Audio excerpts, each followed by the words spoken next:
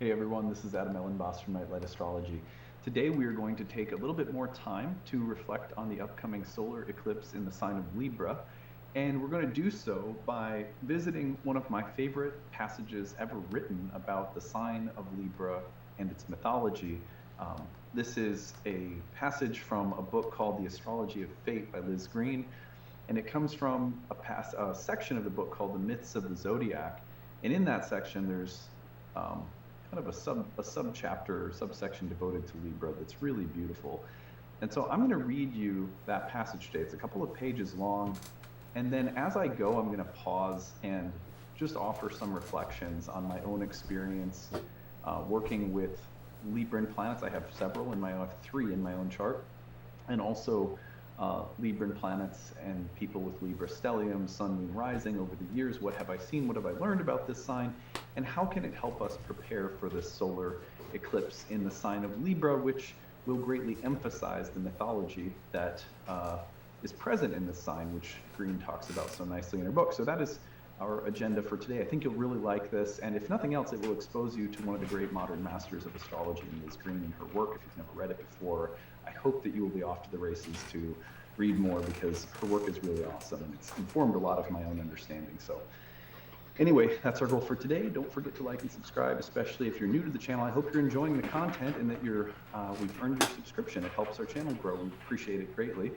Transcripts of any of my daily talks can be found on the website, nightlightastrology.com. Coming up on November 18th, our first year program, Ancient Astrology for the Modern Mystic, begins again.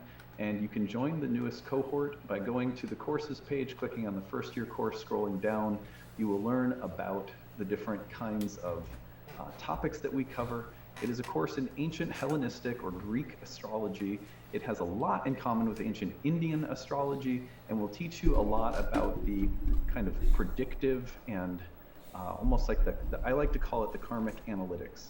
We get to look at a chart and we have tools available for us to understand what kinds of theme, people, places, topics, events are likely to occur in the life of an individual as a matter of their destiny. In addition to that, because I have a background in modern archetypal and psychological astrology, we add to that a psychological understanding or approach to the birth chart that's sort of woven in at every step of the way, so that people can sit down and look at their charts as a way of understanding themselves and their inner workings, their inner cast of characters, while also looking at the birth chart, being able to predict and describe the events of fate or karma. So it's a really great course, and we've spent years developing it. We've had thousands of students come through the program.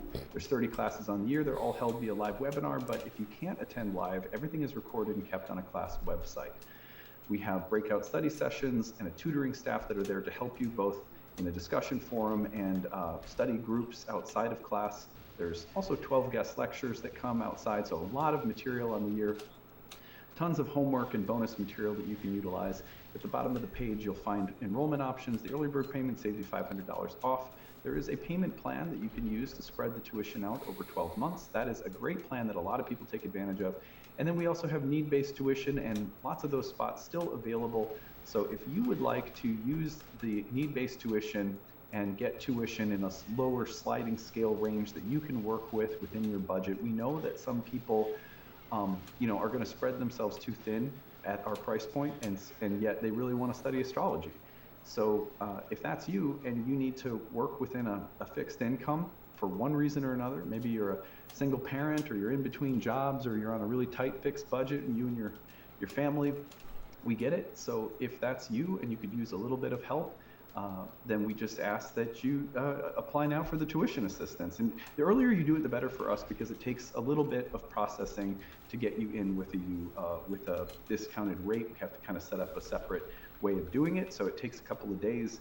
We ask that people don't apply at the last minute for that. Apply now if you're interested. It really helps us to get you set up.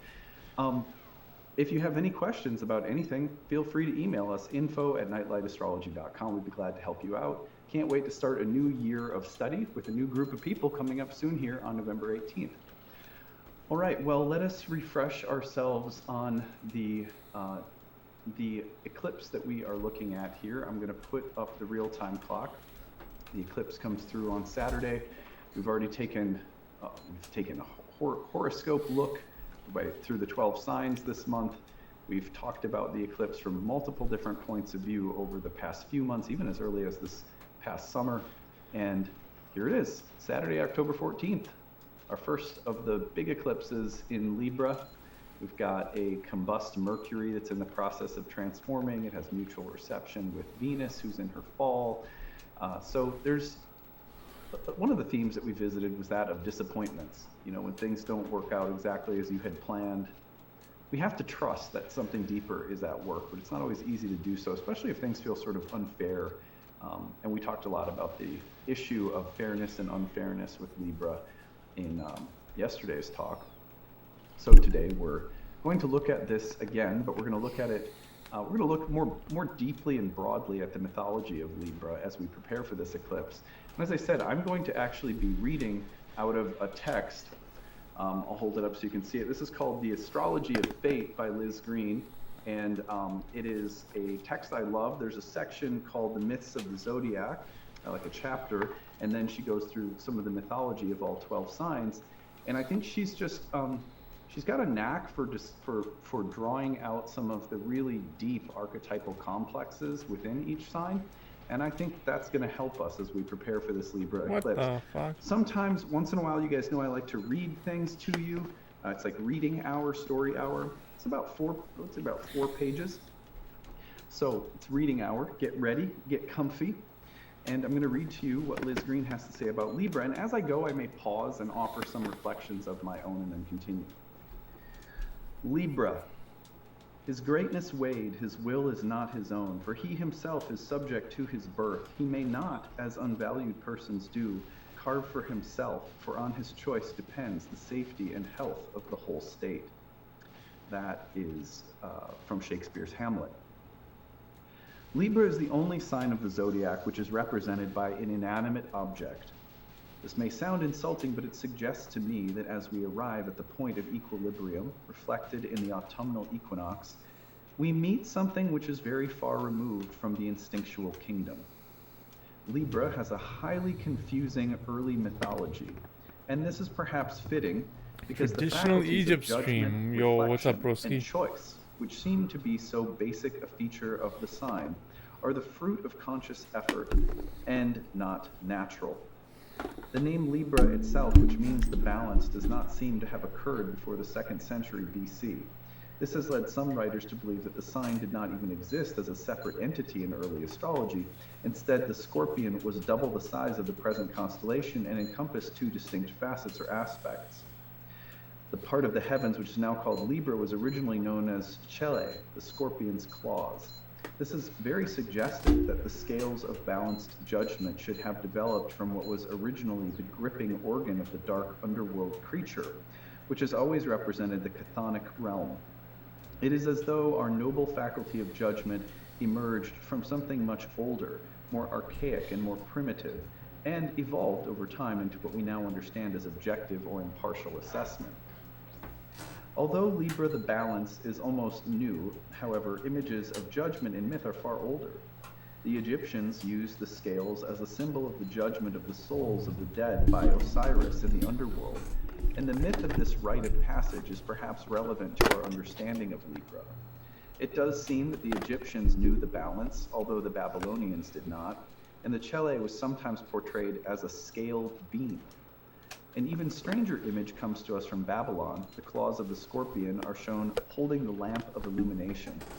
Amidst these confusing images of what we now know as Libra, it seems that a single figure begins to emerge, a goddess of justice, a sort of civilized Moira, which has acquired something more refined than the dark and bloody instinct for vengeance. This goddess judges according to human law and morality, however, unlike Astrea, who is more of a representation of the orderly pattern of nature. Judgment in the Libran sense rests upon careful assessment and reflection before any sentence is given. In Egyptian ritual, when the soul of the deceased had safely crossed the country between the land of the living and the kingdom of the dead, he was ushered into the presence of Osiris by Anubis, the Egyptian form of Hermes Psychopompus, guide of souls. In the center of the Hall of Judgment was erected a vast scale, beside which stood Ma'at, the goddess of truth, ready to weigh the heart of the deceased. Meanwhile, the monster Amamate, whose name means the devourer, a species of early Erinnes, part lion, part hippopotamus, part crocodile, crouched, waiting to eat the hearts of the guilty. 42 personages sat around the hall in their winding sheets. Some had human heads, some the heads of animals. To each of these assessors, the soul of the deceased had to proclaim his negative confession. That is, a list of all the bad things he did not do. After this came the weighing of the soul. In one of the pans of the balance, Anubis placed Mot herself, or else the feather of truth, which was her symbol. In the other pan, he put the heart of the deceased. If the two pans were in equilibrium, and therefore if the man's sins did not outweigh the feather of Mot, then the divine judges passed a favorable verdict. Mot, like the Greek Athene, whom I also associate with Libra, seems to have personified law, truth, and social order. She is definitely a thinking, civilized Moira, an emergence of something reflective out of the natural eye for an eye vindictiveness of the scorpion's claws. Mot's law is not that of the mother, but that of the ethical and moral codes of society. The 42 judges in the Hall of the Dead represented the 42 nomes or provinces of Egypt, and the individual's sins were very much related to his conduct in society. We have met Athene in this role already, in the story of Orestes, her human court, which votes on the young prince's fate, is something new, something different from the bickering and angry gods. It is as though myth is here suggesting that in this eminently human, although unnatural faculty of rational judgment lies a potential resolution for, or point of equilibrium between, the collisions and conflicts within the unconscious psyche, which the Greeks so love to represent as quarreling deities and family curses. The goddess Astraea also possesses something of this quality of discriminating judgment, although, as we have seen, it lies in a different sphere. But it is my experience that both Virgo and Libra share a similar sense of outrage at the breaking of the rules. But Libra seems to project this vision of justice out into life in a heightened way. It forms the basis of the sign's intense idealism and belief in the fairness of life. I have never felt that Libra was concerned, as some popular descriptions would tell us, with romantic love, flowers, and candlelight, except as an abstract concern with the appropriate rituals of courtship according to an ideal conception. Romantic feeling is not a property of Libra. The sign is much more connected with questions of ethics and morality, judgment, and apportionment. This theme of morality is one which I have encountered many times in the lives of Librans, for there is that within the sign which longs for the verification of this deity who holds the perfectly balanced scales of judgment. And in order to achieve such an experience, imbalance and extremes and the violation of the law are necessary happenings from which Libra does not readily escape. The mythic image of Osiris judging the souls of the dead is a portrayal of the god's judgment on man, and implies the existence of universal principles of right and wrong by which human life must be lived. These principles are not natural, in that they are not the laws of the kingdom of nature, but they belong to the realm of the human spirit and its vision of perfection. There are two mythic tales I would now like to explore, where it is a man's judgment of the gods, which is the primary theme, and these myths have, I feel, bearing on the patterns which shape Libra's development. In these stories, a human being is called upon to decide an issue about which the gods are quarreling, much as the human jury of Athens must pronounce judgment between Apollo and the Erinyes. The trouble which ensues after such a judgment is also a relevant theme in the myths, and implies that judging the gods is not a simple issue, nor one without its consequences. In the figure of Osiris and the scales of Mot, we can see a vision which is dear to the heart of Libra. The cosmos is ultimately just and fair, and good is rewarded and evil punished. There is no sign so oriented towards the good, true, and beautiful, as Plato puts it, although how that good is defined depends, in the end, upon the individual's definition of it. Libra, however, does not see it as an individual issue, but rather one of finding the universal ethics which transcend mere human choice. But in the stories of Paris and Tiresias, we find two humans who, because of their superior experience and perception, are called upon to do something which the gods themselves cannot do. Thus, the vision of a just cosmos is something that the human spirit can contribute to life and to the gods, rather than the other way around. Both Paris and Tiresias suffer consequences which strike me as typical of the kind of entanglements into which Librans have a tendency to stumble. For the business of judging, as these stories suggest, is a hazardous occupation because the gods themselves will not play by the rules. Paris was the son of King Priam and the queen Hecabe of Troy. An oracle or dream had warned his mother that he would grow up to be the ruin of his country. Therefore, the infant was exposed on Mount Ida, where he was saved and suckled by a she-bear. But his royal birth was eventually recognized by the outstanding beauty, intelligence, and strength of the young prince. Because of his prowess with women and his superior powers of judgment, Zeus chose him to arbitrate between three quarreling Olympian goddesses. The young man was herding his cattle one day when Hermes, accompanied by Hera, Athene, and Aphrodite, appeared before him. Hermes handed him a golden apple and delivered Zeus's message. Paris, since you are as handsome as you are wise in affairs of the heart, Zeus commands you to judge which of these goddesses is the fairest, and to award to the winner the golden apple. Since Paris was no fool, he understandably balked at this request, knowing full well that whatever he did would incur the anger of two of the deities. So, like a good Libran, he offered gallantly to divide the apple equally among the three. Zeus, however, would have none of this evasion and demanded that the young man choose. Paris then begged all the goddesses not to be vexed with him should they lose, for the task had been foisted upon him against his wishes and was none of his choosing. All three promised not to seek revenge should they lose the contest. The goddesses were then asked to disrobe. Athene insisted that Aphrodite remove her famous girdle, which made everyone fall in love with her and gave her an unfair advantage. Aphrodite insisted that Athene remove her battle helmet, which made her look more noble and distinguished. Hera did not stoop to such tactics, but merely removed her clothes with the dignity befitting the queen of the gods. Hera then offered Paris the rulership of all Asia, and promised to make him the richest man alive if he chose her. Paris, being a typical Libran, was not especially attracted to the responsibilities of such enormous wealth and power. Athene then promised that she would make him victorious in all his battles, but How since did I this knock is a at the Libran ammo myth there? and not Like, an what the Aryan one, fuck, that man? too held no appeal for him. Aphrodite, being herself by far the best judge of what motivated Paris, promised him the most beautiful woman in the world to be his wife. This was Helen, the daughter of Zeus by Leda, and the wife of King Menelaus of Mycenae. Paris objected that Helen was already married. How could she be his wife? Leave it to me, said Aphrodite, and Paris awarded her the golden apple without a second thought. By this judgment, he incurred the hatred of both Hera and Athene, who, reneging on their own promises to be good losers, went off arm in arm to plot the destruction of Troy. When Paris eventually met Helen at her husband's court, the two fell instantly in love, and during the king's absence eloped together and fled to Troy. This incident provoked the Greeks to avenge the insult and provided them with the excuse to do what they had always wanted to do, burn Troy to the ground. During this war, not only Paris, but his three sons by Helen were slaughtered, but Helen, being semi-divine and blameless as Aphrodite's pawn, was returned repentant to her husband.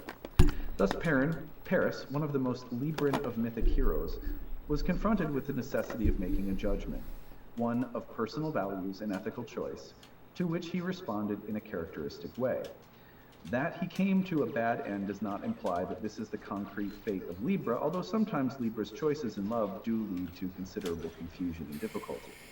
I have seen enough of the typical love triangles of Libra where such choices are thrust upon the individual to draw him into some fairly strenuous emotional dilemmas, and sometimes financial ones as well, to be convinced that in this myth lies a typical development pattern of the sign.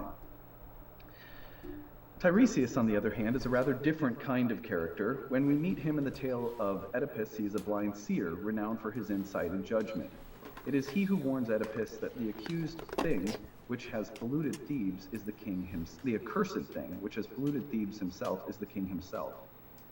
But the story of Tiresias' blindness is an interesting one. There are several versions of this tale, and in one of them, Tiresias, like Paris, was called upon to judge who is the most beautiful among four goddesses, Aphrodite and the three Graces. What? Like, By come awarding on, the prize man. to one of the I hate this Graces, he level. incurred the wrath of the goddess of love, who turned him into an old woman.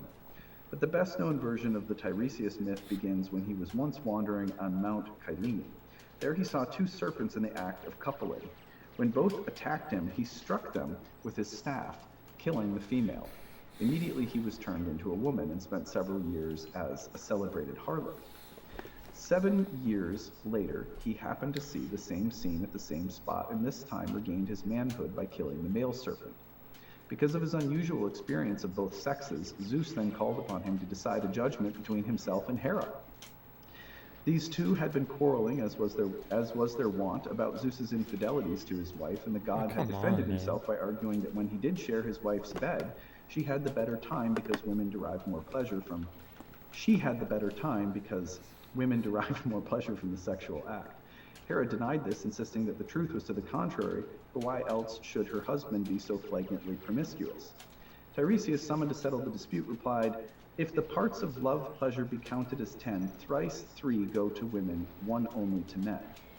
Hera was so exasperated by this response that she struck Tiresias blind. But Zeus took pity on him, since he had after all taken the side of the god, so he was granted inner sight and the ability to understand the prophetic language of the birds. He was also given a lifespan which lasted for 7 generations, and was permitted to keep his gift of insight even in the dark fields of the underworld. Both Paris and Tiresias have forced upon them the necessity of making a judgment. This necessity springs from the gods themselves, who are apparently in dispute. In the case of Paris, the nature of the choice is not difficult to discern, for this is not really a beauty contest, but rather a decision about what is ultimately of most value to him. Jane Harrison writes about the judgment of Paris, "It is an anguish of hesitancy ending in a choice which precipitates the greatest tragedy of Greek legend. But before Paris was there, the choice was there. The exact elements of the choice vary in different versions. Athene is sometimes wisdom and sometimes war, but in general Hera is royalty or grandeur, Athene is prowess, Aphrodite of course is love. And what exactly has the young man to decide? Which of the 3 is fairest, or whose gift he desires the most? It matters not at all, for both are different ways of saying the same thing." It would seem that, by the fiat of Zeus, Paris may not have all 3, and that too suggests something about the fate of Libra. He cannot have his cake and eat it too. We could as easily substitute a woman for Paris and 3 male deities as the contestant. One might speculate fruitfully on what then would be the elements of choice. Might one favor Zeus with his gift of power, or Dionysus with his gift of ecstasy, or Apollo with his gift of long sight, or perhaps Ares for his courage, or Hermes for his cleverness, or Hephaestus for his artistic skill? This myth does not describe an exclusively masculine problem. It is perhaps relevant that it is among the attributes of the goddesses, the anima, or soul, that Paris must choose. He is not called upon to select masculine goals which he favors, but those which pertain to his deepest inner values.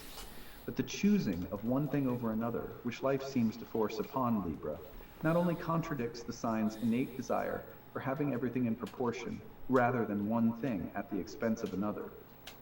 Such a judgment also involves psychological consequences, for any decision of an ethical kind made by the ego means the exclusion or repression of some other content of the psyche, which produces enormous ambivalence and sometimes great suffering. I believe that Libra's famous indecisiveness does not stem from any congenital inability to make choices, but from the fear of the consequences those choices will entail. It might be argued that Paris made the wrong choice. Whichever goddess he had selected, the other 2 would have been angry. And had he refused to choose at all, then Zeus would have struck him down. It is not surprising that Libra perpetually complains about the unfairness of life. So it is. Poor Paris did not ask for his fate, and tried his best to avoid it by an equal division of the apple. But he is chosen from the beginning because of the superior experience and insight, and this implies that we must pay for our gifts and accomplishments. Perhaps life is just after all.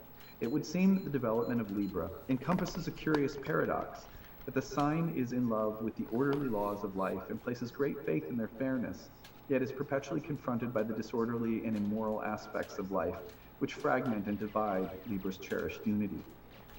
Yet in these apparently unfair vicissitudes, the footprints of a deeper and more ironic order may be tracked. Check the tape on Libra's that one. propensity to get stuck in a choice between 2 women, or 2 men, or 2 vocations, or 2 philosophies suggests that while the sign cannot bear division or disharmony in the universe, something within the Libra himself forever drives him to divide himself, so that he can discover himself through the deepening knowledge of the processes of choice.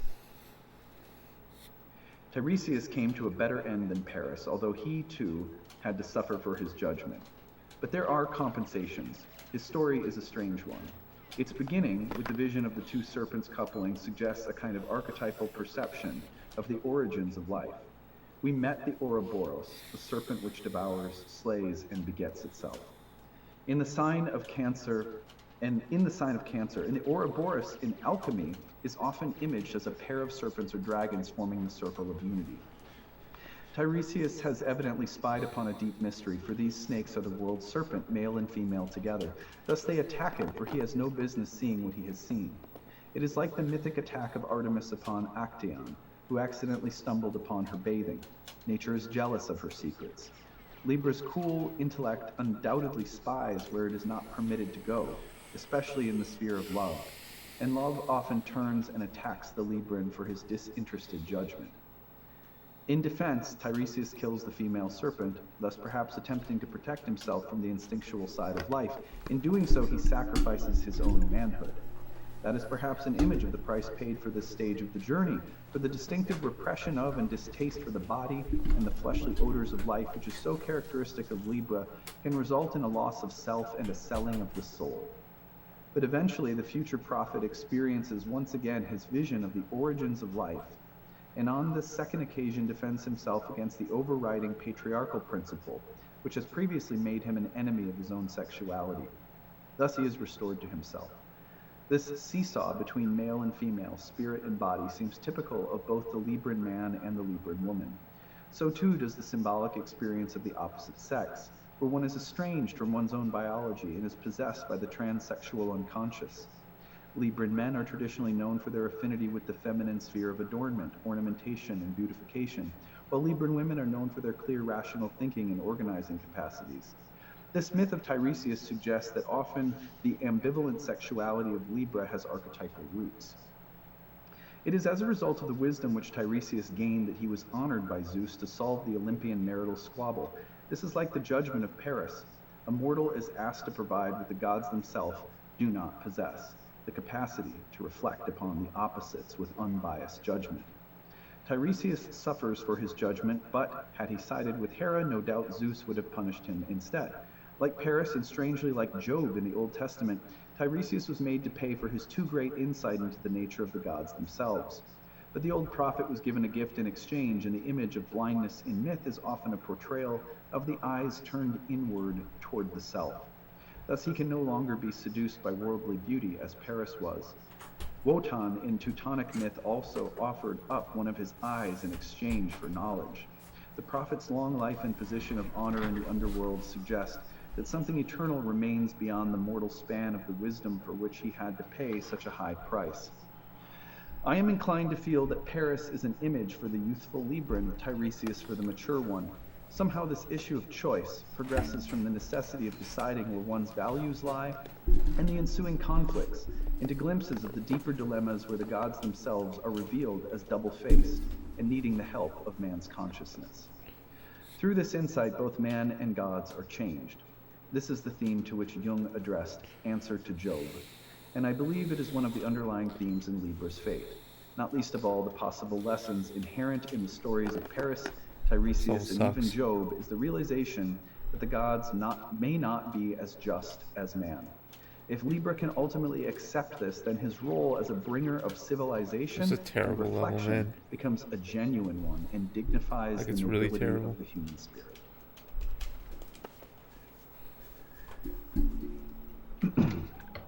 It's a beautiful passage. It's one of my favorite things I've ever read written about the sign of Libra. And most of the sections of that particular part of this book, again, I'll hold it up so you can see it, The Astrology of Fate by Liz Green, The Myths of the Zodiac, are quite literally, I think, some of the best things ever written about the archetypal characteristics of the 12 signs.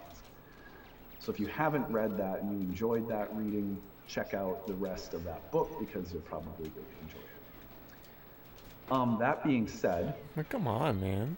As I was going, there were a few moments where I thought to interrupt and add my own reflections, but I thought, no, I'm going to save them for the end. I thought maybe I might kind of stop and go and add my own reflections as we went, but no, wait until the end. So, the thing that I resonate with the most in what Liz Green said is that there is something about Libran mythology, and hence our solar eclipse in Libra, that implies that we are working with, we're at a kind of crossroads.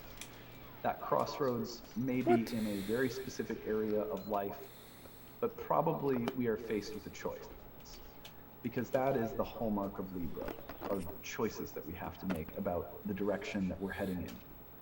And events have a way of conspiring to make that choice more difficult.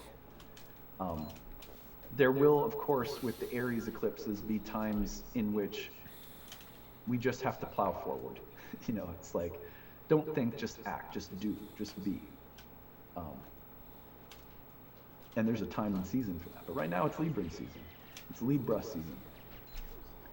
And there's probably an important choice that's going to come up for us, or several of them, or a kind of dilemma that we're facing that has something to do with a comparison of outcomes that may result from a choice, or of values that we're choosing to embrace within a time of choosing. And what ultimately, usually, is at play in such choices, on like level one, is what will I get? You know, what will I get? Like, if I do this or that, what's in it for me? And that's a normal self-protective consideration. It can also be a selfish consideration. If I make this or that choice, what kind of outcome will it guarantee for me? And will it be pleasurable or painful? I think that's a basic consideration as we're weighing options in an everyday moment or in big crossroads in life. But the deeper consideration has to include what we value, which is by its nature subjective. It's like, what are your values? What do you appreciate? What do you love? What can you deal with? What can you serve? What can you include within your heart or your life? And sometimes Libra is making choices from the standpoint of social consequence. I ought to do this. It's right to do that. It's bad to do this. And that kind of weighing of consequences is also related to, will people like me or not like me? Or will I get a good outcome or a bad outcome? Will it be favorable or painful? Will the choice lead to something that I want or desire? As in Paris's choice, of the three goddesses, he ends up choosing the one whose gift he wants the most. Initially, he doesn't want to make the choice because he doesn't want to incur the wrath, or he doesn't want a bad outcome, or he doesn't want any harm coming to him because of making the wrong choice. But life says, no, it doesn't work like that. You can't avoid having to make a choice. So then the second level of the choice has something to do with what will give me the best outcome, right? So there's this basic way that we evaluate our choices, like how can I avoid pissing anyone off or doing something that will get me a bad outcome? And then the opposite, which is, how can I make a choice that will lead to giving me something that I want or desire, something I could benefit from? I think that's faster. And then there's a story of Tiresias, for me, which has to do with a kind of inner vision that's cultivated. And I like how she said that she liked the two myths, that there's like the sort of more immature, Paris myth, and then there's maybe a little bit more mature version of Libra found in the Tiresias myth. Because what we're really developing is inner vision. What's in my heart? What lies within the sphere of my honest to God value system, or values? And we have to know ourselves to understand what we value. What we value is not the same as what we want or what's in it for us. There's something about what we value that is, it's more like understanding what kind of color makes you feel good. It's more about understanding what choices you feel are you can live with, that give you a sense of dignity, nobility, integrity. So this It's gotta be consideration, faster she than what I mentioned was the doing. Platonic values of, truth, beauty, and justice. The inner sense of what makes the right choice during a Libra eclipse has to do with, well, what choice makes me feel like there's a combination of beauty, truth, and goodness, or beauty, truth, and fairness, or justice, or something like that, that is at work in the way that I'm deciding, or in the way that I'm responding to situations. And so that's an inward turning. And there's something about that is so human, right? And sometimes it's hard for Libras to look inside and consider, what does goodness, truth, and beauty look like from the perspective of my utterly unique soul? There's a law, but it's within. Think of Immanuel Kant, who said the only two things that fill me with awe are the starry heavens above and the moral law within. I always took that to be not just a reference to the idea that there's a law that is exactly the same for every human being, but more, I don't know about I took you, him to but be I always speaking think to about something of Immanuel Dharma. Kant And there's, each soul has a when I'm Dharma, which is having my like a breakfast law or a coffee. code, like James Hillman's book, The Soul's Code. But it's unique. And when you find that, it's like that's what integrity and beauty and wholeness looks like for you, for your utterly unique soul. Discovering that value and that intelligence, that's the ultimate Libran prize, because that leads you to being able to make difficult decisions where you might piss someone off, you may get a bad consequence, whatever. But it's almost like, well, I can live with it if I've found the place of wise discernment that comes from my soul, where I say to myself, I've done the best I can. I've made the choice with the clearest understanding I had, in accord with the beauty, truth, and goodness that lies within me as an individual. Otherwise, we look at the cosmos and the universe and we think it's this perfectly ordered place, but that's exactly why the gods end up needing our intervention. The gods, as archetypal organizing principles, are always interested in mythology, especially in the air signs, in the involvement of the human spirit and soul, the participation of utterly unique beings that experience life and death. There's Why? this Like, what the fuck? fragility that's there, and this uniqueness that's there, that in some ways is, for the gods, just as beautiful to them as the gods as archetypal organizing powers are to us.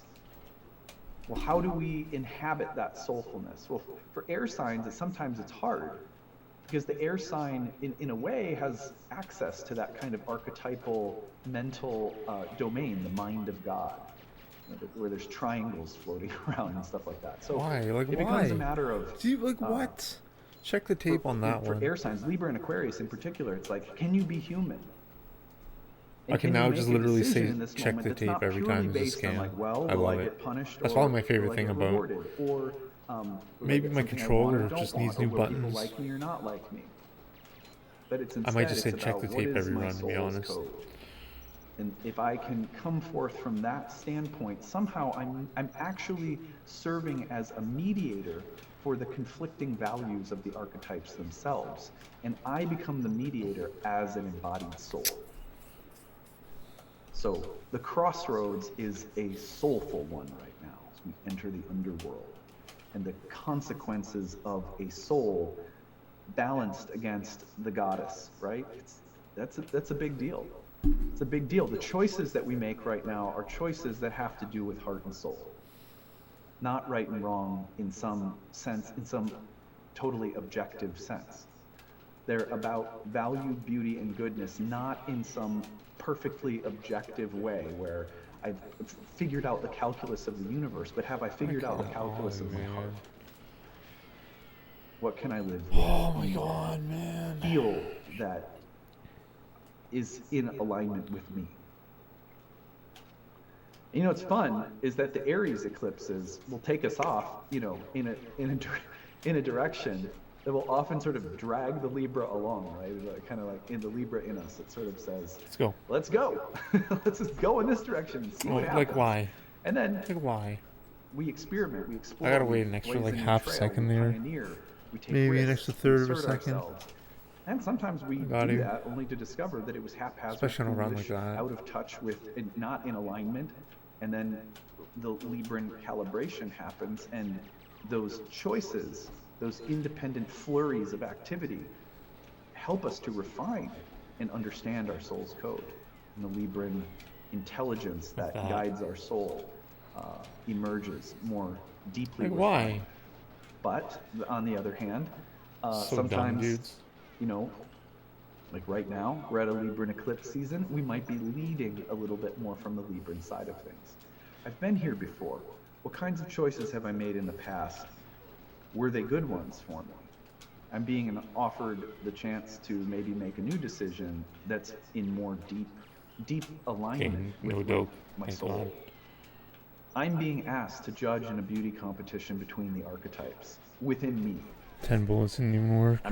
There's someone's gonna get upset, but I can't make the decision in terms of will I be rewarded, will I be punished, or will I get something I want, something pleasurable or something painful. 7. It's like, that's just the surface. You think that way and it'll never turn out in the way you think it will. That is not the, we operate at that level. It's like we are not operating from a very intelligent position. And the least that we'll do is live temporarily in some space of, vain self-satisfaction. Well, people are happy with me. Well, I've gotten a good thing and not a bad thing. Real choice, is a soul choice. So I think that's what we're looking at right now. And I think that's what's at stake in this eclipse. It may put us in touch with cycles from the past that are offering us the ability to refine the soul's code within moral, spiritual, artistic, beautiful truths that can guide us. Oh no. All right. That's it for today. I hope you guys are having a good one and that you enjoyed this beautiful passage from Liz Green, and hopefully my reflections, clumsy as they may be, How you doing, are Toad?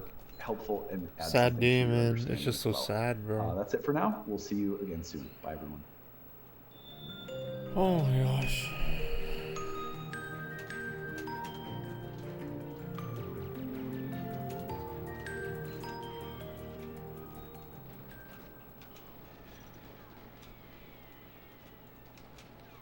Oh, like what?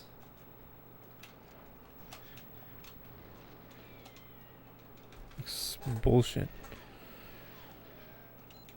Oh wow. Jesus Christ, bro. That's terrible, dude. That's just so terrible.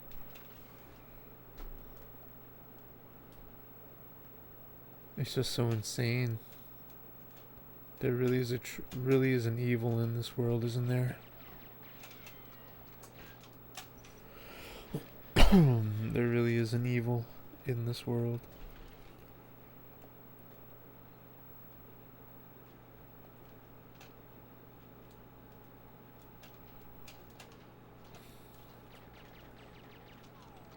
Like, what is going on there, man? So brutal, dude.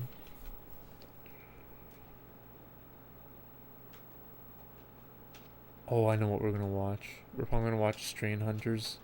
Strain Hunters South Africa, probably. That's probably what we're gonna watch.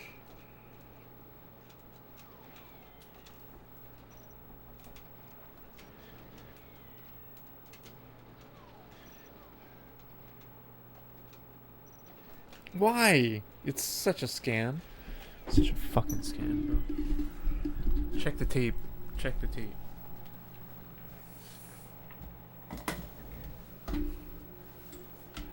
I might play in English, man. Just because the lag is just so different. They say Japanese is better, but man, I'm just not used to the lag. It's just lags in different spots. Maybe I'm just coping because I suck.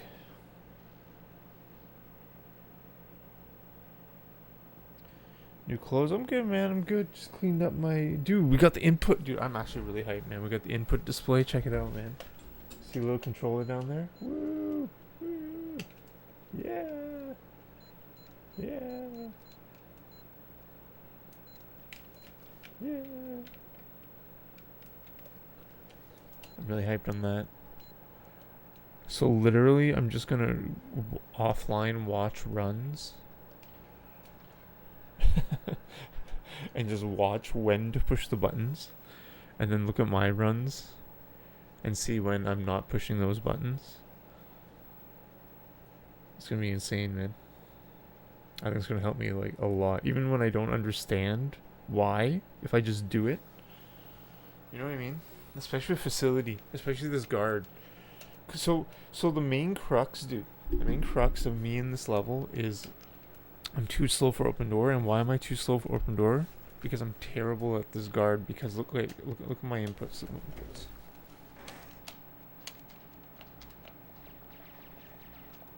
See, you're supposed to do that. See that? See how I went from left strafe to right strafe? Me MC upping him, which is why I'm losing like 3 seconds more. Alright.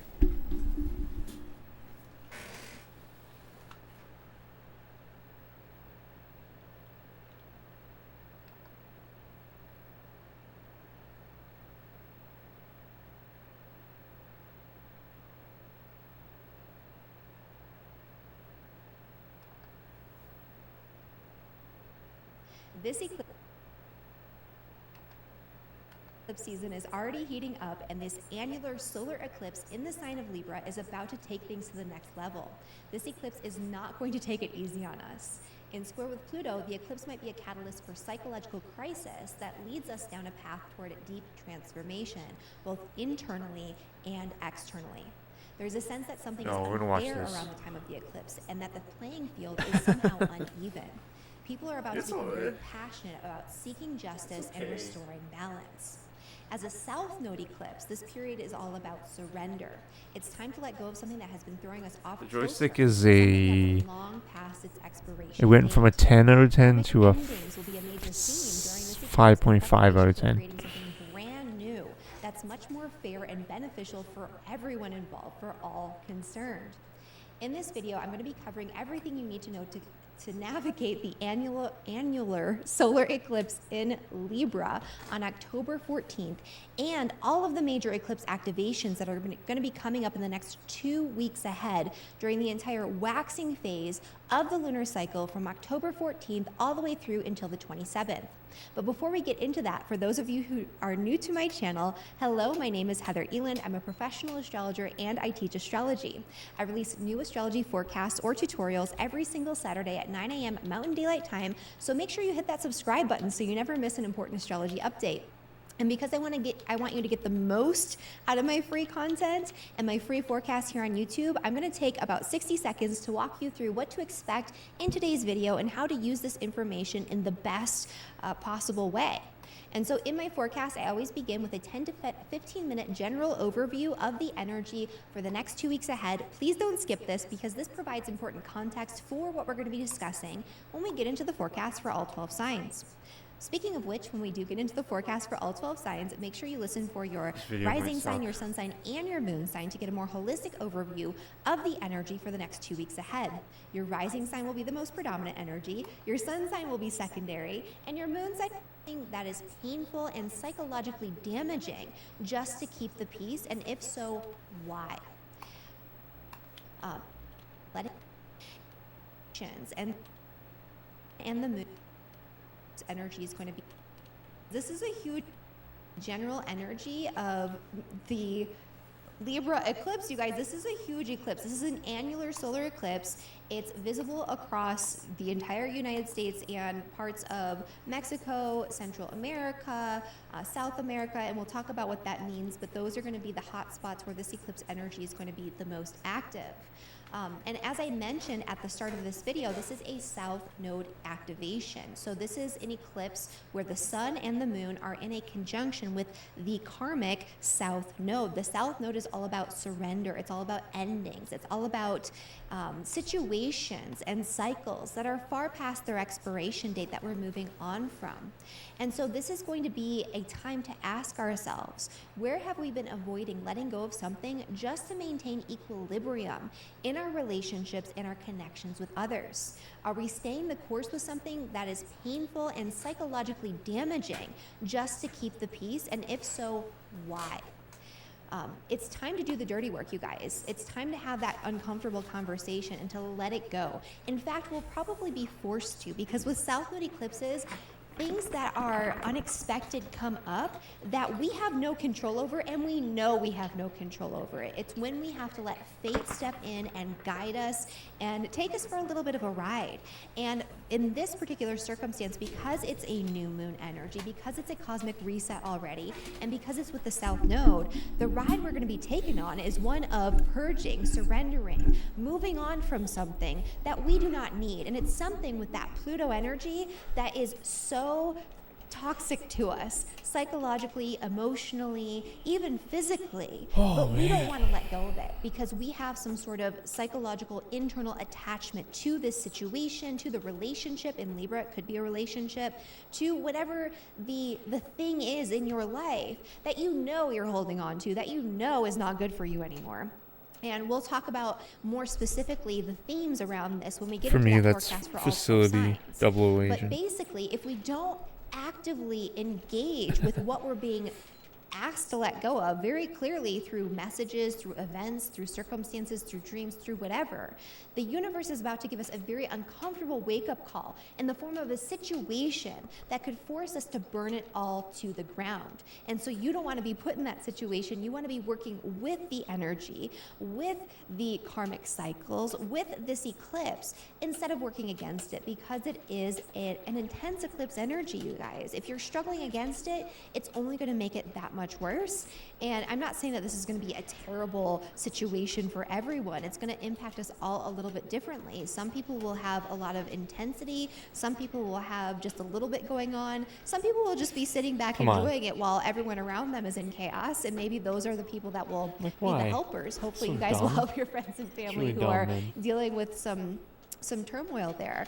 But really, like, I was so far away from impacting you do want to work with it and not be struggling really against it. When there's a T-square like this, you guys, with I gotta eclipse, pay off this is friggin' known as input controller, as a skip step controller when there's a input. T-square with the nodes.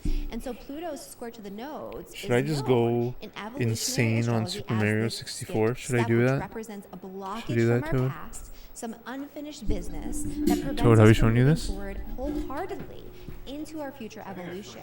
This is what our soul came here to experience, and this Plutonian energy, this psychological attachment, this need to control everything that's going on in your environment, in your surroundings. This is preventing you from experiencing what your soul came here to experience, the growth that you need as a human being, the growth that your consciousness needs. And so yes, this is a heavy energy, this is a big energy, it's an important energy. Pluto is quite karmic, as well as the nodes. And so whatever is going on here has importance that reverberates beyond this life cycle, beyond this lifetime, the secret to the beyond key. your small, It's like, like one-time it's like the existence, ring. and into this It's like big picture I feel the thing. power.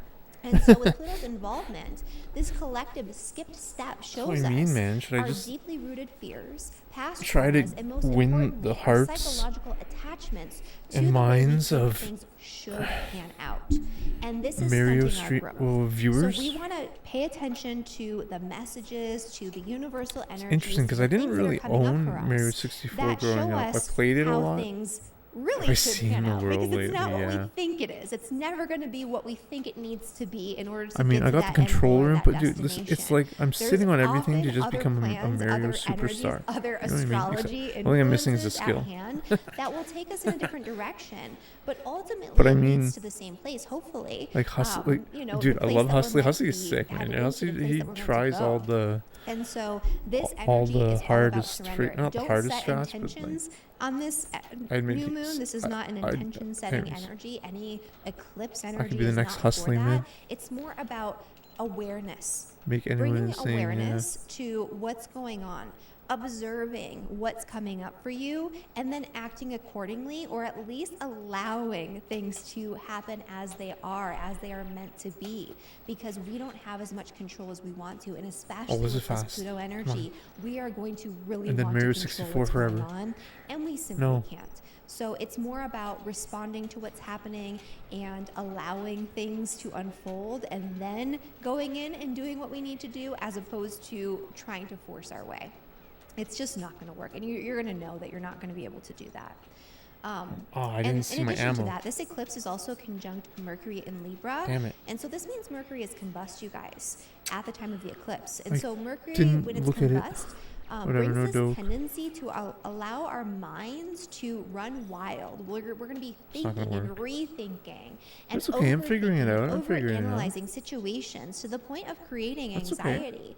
And in this particular case, with the combination of Mercury combust and the lunar nodes in square with Pluto, we might think ourselves into a state of fear or paranoia that completely paralyzes us from taking action or from letting like, go what of if what I we just need to let go of. stream And so, myself don't get me wrong, things will be trying to happening learn during the eclipse. Carpulus, There's no getting around just the forever and ever. external impact, the actual physical manifestations of endings, potentially loss, and definitely some change. You know what I mean? But it's the internal impact that I'm most concerned about during this eclipse, Like, because how hard can it whatever's like, going on I mean, it's obviously externally, hard, our but I mean, if brains you have, are likely going to blow it out of I guess it's proportion. annoying because I don't And have, so fear, anxiety, I mean, I do have panic, I do have an overwhelm, EverDrive. these are going to ROM. be disproportionate to the situations I that are can. arising objectively from an objective observer standpoint in real life. And so you have to remind yourself that when you're Or in just the go thick for, like, of the it, world if this record is impacting you really intensely, carpetless you do have a lot of cardinal energy. So that means run planets in Aries, and just Libra, try Carpulus Cancer, forever or as fast as I Capricorn, can, even if I then don't you even get might be close at feeling all. really amped up around the time of this eclipse. You might Dude, be what do you panicking think? about I what's think it's a good happening idea, and wanting man. to micromanage and control every little bit of it. At to least try stop one it stream. in some way, or to make it go in a certain direction. But that's not going to be a healthy way to deal with this eclipse energy for most people. So I'm concerned about Maybe I should the just play internal Goldeneye. impact. I'm concerned about people's mental health and emotional well-being around the time of this eclipse, more so than external manifestations of something really terrible happening. Because it's likely for most people that what's going on in your Come on. brain is not as dire as you think it is, like externally. The actual Oh, circumstances such a are not scam, that. dudes. That was such a scam, So bros. this is a really excellent time to bring out all the tools in your Like, toolkit fuck you, to help bro. calm Like, and regulate your I hate this mind, fucking your game. nervous system, and your emotions, because that's going to be the key.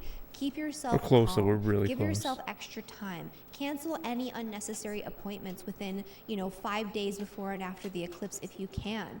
Keep it light. Keep it flexible. Allow your brain some space, your nervous system some space to calm down and to, again, observe what's going on, so that way you can work with the energy, so you can take the right action when the time comes. And so, kind of moving on from Yeah, that, sorry, I wanna Toad. talk, let's I'm not zoom out planning big to go to picture here. Montreal this weekend. Because I'm sorry. I'm certain people pretty are sure going to be you impacted definitely more so probably by this realize eclipse, that. not just because of the I way that it's apologize. showing up in your birth chart, but also because of the path of the eclipse. And Just so this that's something fucking- that I should spend this more time war and talking about in everything. these eclipse videos, and I'm going to from now on, starting with today. There's gonna be protests tomorrow because for this sure eclipse in Montreal, is 100%. going right over where I live, not Tonight. in its totality, but pretty Right now. close. And so whenever that happens, I start thinking about that more, because when it's in its totality or even visible in the area where you live, it's impacting like you crystal energetically knocked. more so than other people, because you're there, right? You're But the physically there. reverse. And even if you travel to that location and you're there under the energy of the eclipse, that eclipse energy is impacting you more.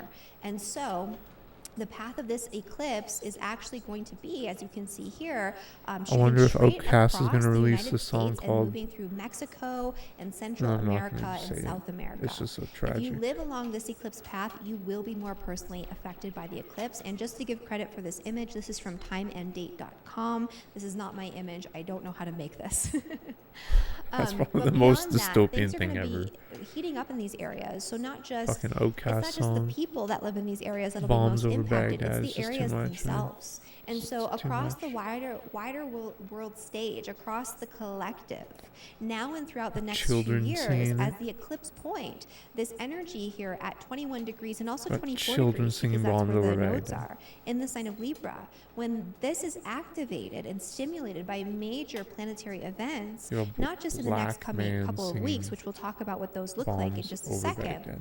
but over the next few months and really over the next couple of years, things will heat up in these areas. It's not always going to be in the same area each time, but these areas will be impacted.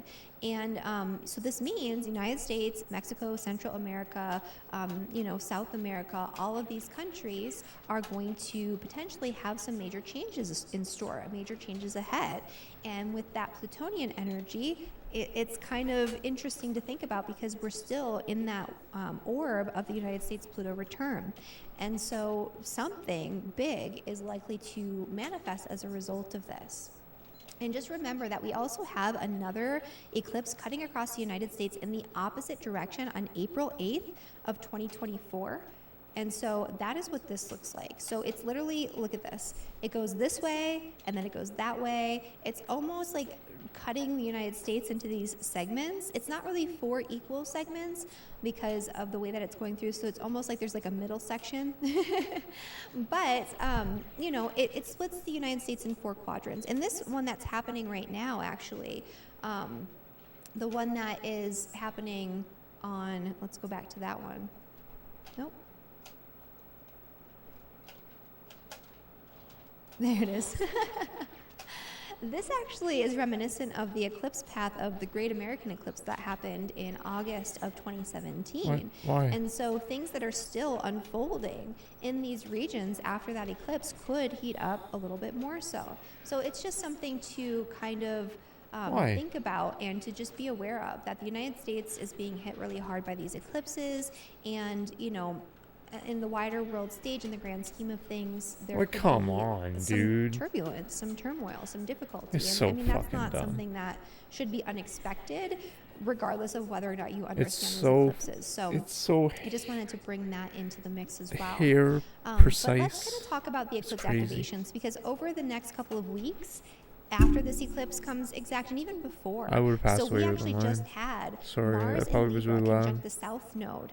That was on Didn't mean October to hit 4th. the That is mic. the first of the eclipse activations. That is a pre-eclipse activation, stimulating that South Node energy the first week of October. So What? anything that was going on for you that was a little turbulent, that caused you to have to take immediate action on something that felt really intense psychologically or emotionally, in the areas we're going to be discussing when we get into the eclipse forecast for all 12 signs, that's something that is a theme that could come back around for you. The October 8th was the second major what? activation of this T-square between the nodes and Pluto, and the upcoming That's annular strafe solar there. eclipse that we're talking about here. And so Mars in Libra squared Pluto. So it hit the nodes and squared Pluto during that second week of October. So that was the first activation and the first major taste of what's in store. And we would have been feeling that really end of September even. We would start feeling this eclipse energy building. So a lot of chaos, a lot of intensity around needing to take action on something in particular, because that's that Mars energy. Whereas the thing we took action on, it might be related to what we're surrendering, or it could be kind of like we took action on something and we went too far, so we need to let go a little come bit. on. Or we took action on something and now we're reaching a psychological or even a physical roadblock, and we need to let go, we need to purge, we need to surrender something in order to really see it manifest as these eclipses continue to do their thing, right? After the eclipse, Oh which my is God, happening it on the actually 14th of worked. October, Like, the sun is actually, going to guys. actually conjunct Holy the South shit, Node come in on. Libra on the 18th. And Mercury will actually conjunct the South Node too. So we're going to have the Sun, come on. Mercury, Cazimi actually. Mercury will be Cazimi at 26 degrees in Libra in a conjunction with the South Node. Talk on to me. October 19th. Oh, you So suck, this dude. October 18th, Like, 19th, you suck. It's fine. We're so close, 20th, guys. 21st, Like, we're Mercury really and the Sun will close. also square Pluto. This whole period here is Oh, a major come eclipse on. activation. So just when we thought like we reached the peak of the energy, this is when things are actually going to really manifest more so. It's kind of like the eclipse is seeding something. There's something going on in the ethers. We feel Fucking it, so but dumb. we really experience something actually taking shape and taking hold between the 18th and 21st. Really, that entire period, the 14th through the 28th, when we get into that next eclipse. But this is really when things heat up. But also, because Mercury will be conjunct the South Node in Libra while it's Cazimi, this is where we get a really powerful download. This is where we get... So that worked. Finally, we got the ammo. We know where to go more or less. What it is we need to be It's letting pretty go much of, how almost to let frame it go perfect, guys. properly, Like, it's crazy. where we're blocking Depends where you ourselves throw it, I guess. psychologically and emotionally, where we're holding Depends on how to fast things you that are, are too. toxic, and what we need to just do moving forward. We're going to be laser focused on what we need, and it's going to become abundantly clear what this eclipse energy is all about and the transformation that we're going to be going through collectively and individually as a result of this eclipse energy. That will be so apparent, especially on the 19th when we have that Mercury Cazimi. That is a powerful energy. All right, and so before we get into our forecast for all 12 signs, I just wanted to mention that I have an excellent resource for those of you who really want to understand the eclipses, not Like, just by fuck off, transit, but also in your own chart. In my Karmic Power of Eclipses webinar, we cover everything you need to know about your lunar nodes, what it means to be born under an eclipse, pre- and postnatal eclipse meanings in your chart, eclipses by transit like the ones we're experiencing right now, and so much more.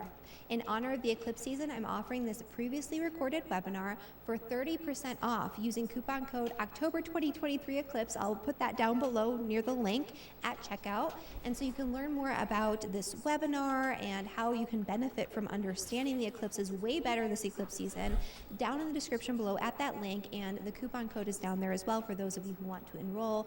I just wanted to give you guys an easier access to this because it is really important. A lot of people are going to be kind of going through some stuff during the eclipses, so you can help yourself, your friends, your family, or even your clients better as we move into this eclipse season if you are an astrologer. So let's get into the forecast for all 12 signs. So I'm going to hold up my eclipse charts. And this is not the right one. There we go. We're going to start with Aries, as always, and Aries rising. So for Aries and Aries rising, this energy is happening in your 7th house. That means there is something that needs to be purged, let go of when it comes to an important connection or relationship in your life. And so it could be a romantic partnership. There could be some energy around that needs to be kind of dispersed or that you need to kind of surrender control around. However, this could very likely be a work-related partnership, a business partnership, a commitment, an agreement, a contract involving your career, your work, something going on bigger picture in your life. Or it could be that there's a blockage coming from your romantic partnerships, your actual relationships that's preventing you from moving forward with what you are laser focused on accomplishing and achieving when it comes to your career goals and plans. And even if you're not somebody who is like out there in the world working, even if you're not somebody who has this like massive, crazy, career, even if you're somebody who's retired, it could be that there's something that you want to do or that you want to put out into the world at large to kind of impact the world in a greater way. And there's a blockage to actually doing that. And that blockage comes from somebody who's a naysayer, a toxic relationship, or even a really healthy relationship where that person just doesn't necessarily agree with what you're doing or they're not on board with your cause. And so these are all things to pay attention to at this eclipse season, and this is something to maybe think about wrapping up or letting go of if there is a relationship where there are power and control issues. They are creating unnecessary fear around your goals, around your achievements, around your biggest aspirations. And so, look at if your relationships are truly balanced. Like, are they helping you accomplish what you want to accomplish out in the world, or are they hindering you through their negativity? That's something that you really need to look at. Looks faster. This could be a time where major relationship issues come up out of nowhere and you do have to address them. It doesn't mean that you have to let go of every relationship, but it could be that there is a karmic situation or a cycle that's been repeating in your relationships that comes back around the time of this eclipse season. And you have to actually think about it, work Getting through better it, at that. and move on A from little faster. that pattern. And it could be an internal pattern that you express, or maybe you're drawing in the same type of Like person what? over and over again. Such Whatever it fucking is, scam, dude. it's something that you're going to need to internally, psychologically, and emotionally work through, and that you're going to need to let go of, purge, surrender. And it could even be that there's a big situation that comes up that you need to surrender in terms of like an important relationship or ending a contract or something along those lines. But there is a lot of intensity for you personally, Aries. So because this is your sun, moon, or rising sign, especially if you're an Aries sun, moon, or rising, anywhere from 20 to 30 degrees, you're going to be feeling, actually I would say anywhere from 15 to 30 degrees, you're going to be feeling this personally very intensely. And so you want to make sure that you're taking good care of not just your physical health, but your mental and psychological well-being as well, because you're more likely to be flustered and overburdened by the energies of this eclipse than other people. So you want to make sure that you're taking time to down-regulate your sympathetic nervous system, to breathe, to journal, to move, to be in nature, to be with people that you love who are supportive of you, all of those things at the time of this eclipse. For Taurus and for Taurus rising. So for Taurus, this energy is happening, let's see here, in your 6th house, which is the house of health, work, and daily routines. And so for Taurus, this could be a time where all of this heats up. So you're probably going to feel very busy and very overwhelmed with work or with your day-to-day reality of your life. You're going to want to kind of pull away from it because it might feel psychologically and emotionally overwhelming, the situations that are unfolding in your life, especially if you are working, in your day-to-day work or with employees or coworkers. There could be some really heated energy going on here, some really intense situations that come up. There's something going on here too, where something that you're being asked to do or that you feel like you need to be doing on a day-to-day basis, like one of your regular habits or routines, is going against what you consciously know is what you value. It's going against your belief systems in some way. It's going against your perception of what's right and what's wrong. And so you're acting against your integrity, and that's going to come up for you in a way that's very intense. It could also be that somebody else in your work environment is acting against what you feel like is integrity, right? So they're going against your morals, your values, your ethics, what you believe to be right. And you have to think about, like, do I want to stay in this toxic work environment? Do I want to keep this person employed on my team? Like, what does that look like for you, depending on your situation? There could also be something that comes up for you involving your health. Oh, that was fucking amazing. Disrupt the flow of your day-to-day reality. So you just want to make sure that you're taking extra care to, nourish your body. And especially with this energy, it's more about internal psychological stress. So the psychological stress of your day-to-day life now could impact you physically and physiologically. It's just so stupid, if you man. don't take the time to move your body, to decompress, to eat good, nourishing whole foods, to do all the things that you know are good for you physically and mentally, as well as like spiritually. So Didn't make pass sure them you're away, taking I'm care of guessing. that, and you should be okay. But it could also be that something comes up too, where it throws you unexpectedly into a caregiver role, where you're having to care for a family member, a friend, or even like a pet that you weren't expecting to have to deal with at this time, and that could be what throws you off. And so it's kind of looking at, are you the one that needs to be taking on this extra role, this extra burden on your day-to-day life, or is there somebody else who can support you or help you? And if you do, then kind of, focusing in on it and just letting it be, letting it happen. And something different, like whatever is happening in that area, it's for a reason. So it might not be apparent right now what that's going to lead to, but it's going to lead to something. And I do think it's something that could ultimately be healing or be positive for you. But in the moment, you're not going to necessarily see it that way. Okay, so Gemini and Gemini rising. So for Geminis, this energy is a little less intense. Lucky Gemini, because this is an intense energy, you guys. So for Geminis, this is happening in your 5th house, which is the house of joy, fun, hobbies, things that Big. you love to do, your passions, Oh, creative not big. self-expression. Like, go fuck This is yourself. also the house of children. So the only thing I would say that could be intense is maybe there's potential for some of you. People get upset when I say this. But potential for some of you who, are maybe not necessarily planning on it or wanting to become pregnant, there could be an unexpected pregnancy that comes up. And I would say that the psychological and emotional issue around that in the 8th house could be to do with finances. So it's kind of like, oh my gosh, I wasn't planning for this. How am I going to afford, to raise a child? That is more psychological than anything else. So just know that whatever you think is happening, it's not objectively as bad as your brain is wanting to think it is. This could also be that there's a big expense or some big change that comes up involving your children. And so that could be something that sparks a lot of fear. You're going to want to control the situation in some way. It could be that maybe they're moving on and growing up and they want to do something on their own and you're like panicking about it. But you have to kind of surrender control in the situation. Again, in your brain, it's going to be way crazier and way worse than you think it's going to be.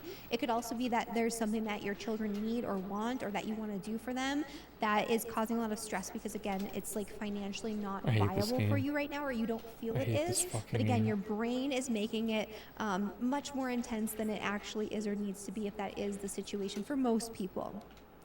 But beyond the potential difficulties here, there's a lot of good. So this could be an energy where you're bringing in something from the past, like a past hobby, a past passion, maybe even an old like flame or love affair, because this is the house of sex and sexuality and love. And all of those types of things, that intimate connection, that passion. So it could be that there's an old flame that comes back into the mix, and it might not be forever. It could be they come back in because you need to kind of close the door on that, or you need to have like one last romp in the hay before you move on and let this person go mentally, emotionally. That could be part of this too. It could be that there is a new connection that comes in for you in that realm that is very powerful. It feels like you already know this person. You're already familiar with them. You feel really at ease. It feels really fun and playful and light. That could be really beautiful. I would say that unless you are a Gemini rising anywhere from like, I would say maybe even 17 to 30 degrees, that would be an area where maybe this is something that could potentially turn into something long lasting, but for the most part this seems more like a fun, like it's fated, you're supposed to connect, you're supposed to have this like little love affair or whatever is going on here, but it's not necessarily like a long-term commitment energy for most of you. Again, it depends on other things that are going on in your chart though. I did, dude. It sounds a lot like I would say that this is a time where something that you used to really love to do that you have let go of, like why? You bring it back into the mix and it becomes a very important part of your life. That could be part of this too, or it could be you letting go of something that you used to be deeply passionate about, and you're like, you know what, actually this isn't for me anymore, and that's okay, and that might feel okay because it'll make space for you to do something that is more aligned with who you are now. Just like him, yeah, it does. All right, and then for Cancer and for Cancer rising.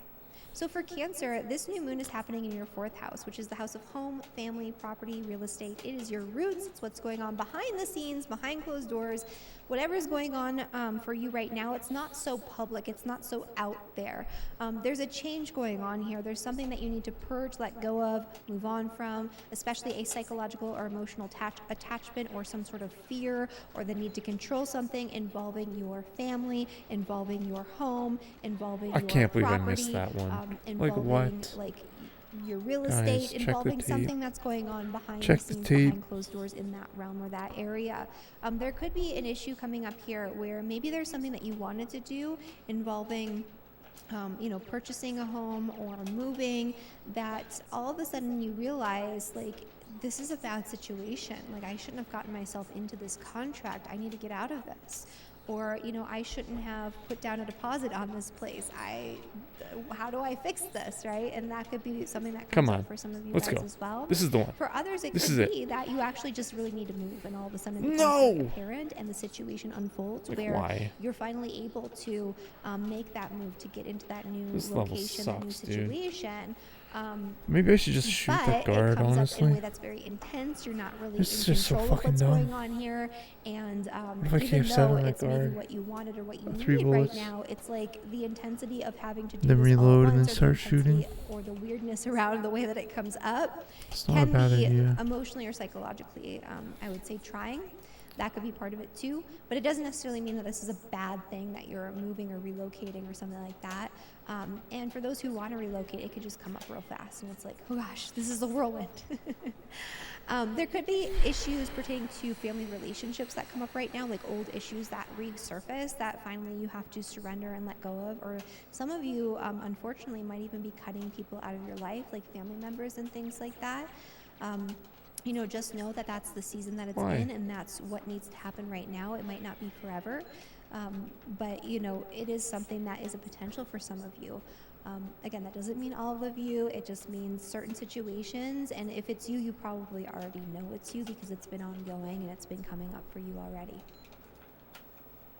All right, and then for Leo and for Leo rising. So for Leos, this energy is happening in your third house, which is the house of all sorts of different things. It's the house of community. It's the house of, you know, your connection to people who are physically in proximity to you.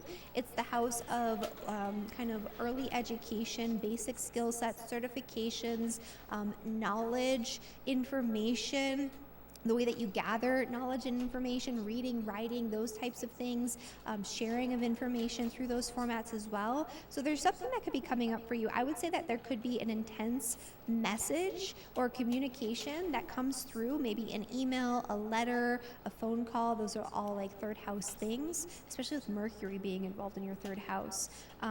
That kind of throws you for a loop and causes you to have to move, like to end something, let go of something, to rethink something, probably to let go of an old toxic way of thinking. That could be part of it. But there could be weird communication. I just feel like a lot of Leo risings are going to be getting weird emails that are related to their work. Like your employees, your coworkers are just sending like weird stuff, and you're like, what is this? There could be some intensity directed toward you, or you could be pulled in or sucked into an intense situation involving your work or your coworkers, if that's applicable to you. Even if it's not, you could be sucked into some intense conversation or situation, and you just want to kind of don't try to control guard just it. stands there Don't and try takes to get it, eh? involved, but if you are involved He and you just have to doesn't be even involved, flinch. just kind of roll with Just it. stands there and This takes is it. something where you don't want to actively engage too much, I guess but with if the Louis it's guy coming dodged. up, it's for a reason, so you do have to acknowledge it at least and be a part of it in some way. I would say though, for most Leos and Leo rising people, this is not going to hit you nearly as intensively as it will for other signs. This could be that you get a chance to revisit an old kind of past travel plan or something like, or some sort of travel opportunity comes up for you, an opportunity to purchase or refinance a vehicle or something like that. That could come up for you. You know, this is not all bad for Leos. This could involve something that comes up in your community. It could be that there's something that's been going on with your neighbors or your housing association or in your neighborhood in general, in your community in general, that has been ongoing, and it's kind of like all of a sudden there's this pressure release and it's no longer an issue. That's or not all of true. a sudden, you know, you have to take action on something, but once I gotta throw it in the you corner. do I what gotta you do need the to do or corner say strat, what you need to honestly. say, It's just speak your too piece, dumb. again, it's done. You don't have to deal with it anymore. So that could be a big part of this for Leo rising people as well. There could also be fated karmic situations that come up involving siblings or extended family members. It could be that you need to either cut people out of your life, or somebody from your past, like a sibling that maybe you haven't been in contact with or that you're not close with, comes back into the mix and you redevelop that relationship. You just have to let go of controlling the way that actually ends up or what's going on there. or trying to maybe control that person. And things could flow really easily. If they're trying to control you, that's kind of another situation where maybe it is that you need to let go of that person or not let them back in. But there could be a power and control issue showing up with siblings, extended family members, things like that. But it's kind of like because it needs to be talked through and you need to finally let go. All right, and then for Virgo, I think we got it, Virgo boys rising. and girls. I think we got So it. for Virgos, this is happening in your house of money. Don't panic. If something happens where you lose money, you overspend, you have an unexpected expense that comes in, this looks like there could be something along those lines I think we where you figured it really out. want to control what's going on financially, but you can't. It could also be in the opposite way where like money, like something from the past comes back around and brings money in, and you know, you want to kind of control the situation or the way it's being distributed or something along those lines, like maybe there's an inheritance or something like that. But you can't fully control what's going on. You can't fully control the situation. I would say, though, that there are big financial changes on the horizon for a lot of Virgo rising people in particular. So you're going to want to, I don't want to say plan accordingly, because this is something that is unplanned. It's like a new job, a new opportunity, a new investment comes through, or you cash out on an investment really early, but it's for a reason and it's for you know, the better or for the best. That could be part of it. It's like a disruption. There's some sort of big disruption going on here where something's either coming in really fast or going out really fast or both. And as a result of that, you're going to want to control all of it. Again, let it go. Let it go. Whatever's going on here, if you try to micromanage it, I know it can be really hard with material things, but if you try to micromanage it, it's going to make it so much worse. Whatever's going on in your brain around your financial situation, if it is to your detriment in the moment, it's not as bad as you think it is. So just keep that in mind. And you know, it could also be that you think it's the greatest thing in the entire universe and it's not as good as you think it is. So just know that your mind is playing tricks on you, because your emotions are too attached to the situation when it comes to your finances and the changes, the opportunities, the purchases that you might be making right now that feel like you have to make them. It's like, I don't have a choice. This whole, like, my car just exploded and I need to get a new car, or, you know, whatever it is, like something happens and you have to make this big purchase and you're like panicking about it. Let it happen. It needs to happen. And just know that whatever's going on in your brain, it's not equivalent to the actual external circumstances, and you don't see the whole picture yet either. So it's like you can't see, you can't know what's coming up or why this is happening or what the results are going to be at the time of the eclipse. Something is eclipsed always at the time of the eclipse, so you're not seeing it all clearly anyway. So don't panic. Let it happen. Allow it to unfold. Try to take an objective viewpoint, get your emotions out of it, and you know, if you have any toxic relationships to money or toxic attachments to material things, that's going to come up too, and you're going to have to work through that as well. For Libra and for Libra rising. So for Libra, this is hitting you very intensely, very personally. For Libras, your whole life can change right now. Oh my goodness, this is a big, impactful, crazy eclipse for Libras. You know, you've been put through the ringer the past few months already if you're an N-degree Libra, because you've had the nodes hitting your sun, moon, or rising, the south node in particular, with Pluto squaring. Mars earlier this month came in and, you know, caused some chaos there too. And so you kind of probably already know what changes are coming up for you. It's already happening. It's already in the mix. It's already in motion. But this is kind of like that final wake-up call, like, I can't move forward with what I need to do. I can't help my partner. I can't do this thing. I can't connect with the right people. I can't form a good partnership until I let go of old attachments. There could be family issues that you need to work through and purge and let go of, issues involving your parents, your mother, your father, your connection to your family that are just causing unnecessary fear, anxiety in the moment due to past trauma that's preventing you from being who you need to be and putting yourself out there and doing what you need to do, or letting go of something, a big part of yourself. You are shedding your old skin right now because you need to focus on something different. There is a cycle in your life that's coming to a Like, I hate huge this game. major ending right now, and I hate this that in and stupid game. of itself feels intense because you are transforming. After this period, after this year, you are going to be a completely different person, Libra. You are not going to look, act, speak the same.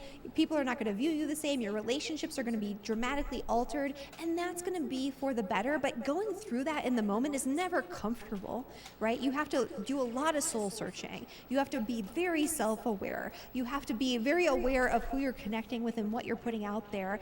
And there's just so much change going on, right? It's kind of like a rebirthing process that you are going through right now. Again, especially those N degree Libras. So if you are a Libra sun, moon, or rising, anywhere from, I would say right now 15 to 30 degrees, but especially that 20 to 30 I hate degree this range. game, man. This is it. Like, you are, you're in that cocoon phase. You're like about to transform into a butterfly, but it feels really gross right now because I think they like turn into mush when they're in the cocoon. Like, you're just a glob right now. Like, feels yucky. And you don't know who you're going to be, but when you come out of it, you're going to be like beautiful, right? And empowered, and you're going to be able to come fly. on, man. I feel like that was a weird metaphor, but that's kind of what I'm feeling with this. Okay, and then for Scorpio and Scorpio rising, this is going to be happening more behind the scenes for you.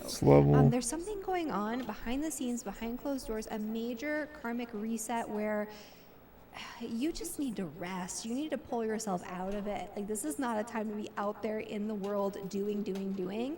That's where you're normally at, I would say, especially right now, because you're starting to get some energy in Aries. The North Node is there.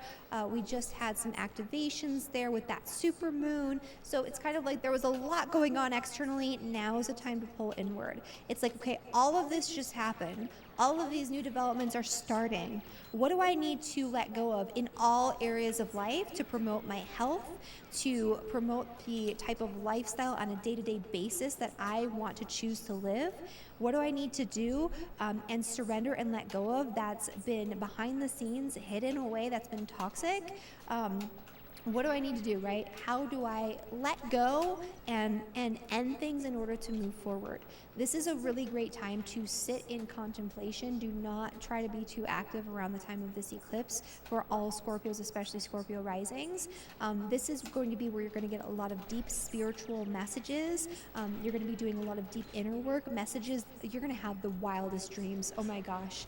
When eclipse season comes, like, it's always, the dreams can become more powerful and more meaningful, but this is in the house of dreams. The 12th house is the house of sleep. Your sleep might be disrupted, probably because you're going to have some weird dreams, and those dreams could be very intense. You could have nightmares, you could have night terrors, you could have visitations in your sleep, even because of this Plutonian energy. But it's there to show you something, to alert you to something, because there's something that you, of all the signs, you have to let go. And you're not going to want to mentally, with this in the third house, with Pluto, mentally, you're not going to want to let go. You're like, no, I have to do this, like, this, because that's like your to-do list in the sixth house. I hate this boost, man. No, no, you have to let go of it. Like, fuck your game. Also, this could be a time, I will say, for Scorpio rising people in particular, even Scorpios, just like Scorpio sun signs. There's someone working against you behind the scenes. Gossip, rumors, shit talking. And you might not be aware of it at the time of the eclipse, but you know that someone or something is speaking against you or working against you. It's like a feeling, a sensation, or there are like murmurings. There's something going on where you're like, why are they looking at me funny? Why is that happening? Why did that person say that thing to me? It'll become abundantly clear after the eclipse exactly who's saying what, why, how, all of that, and that is something you'll need to address. That's something that you'll need to let go of. That's an ending that will need to occur there. But other than that, take it easy. Take it easy, Scorpio. All right, so for Sagittarius and Sagittarius rising. So for Sagittarius, this energy is happening in your 11th house. So lucky Sagittarius, this is not hitting you nearly as intensely as a lot of the other signs that we have already gone through and spoken about. And so this could actually be really great where there's like a connection from your past involving like a friendship, a group that you are a part of, a social kind of organization that you're a part of that comes back around in a really positive way where it benefits you. It's kind of like a reset reset or a new beginning with these people, this person, this connection. And it could be very beneficial. It's something that you maybe need to bring back into the mix if that is the case.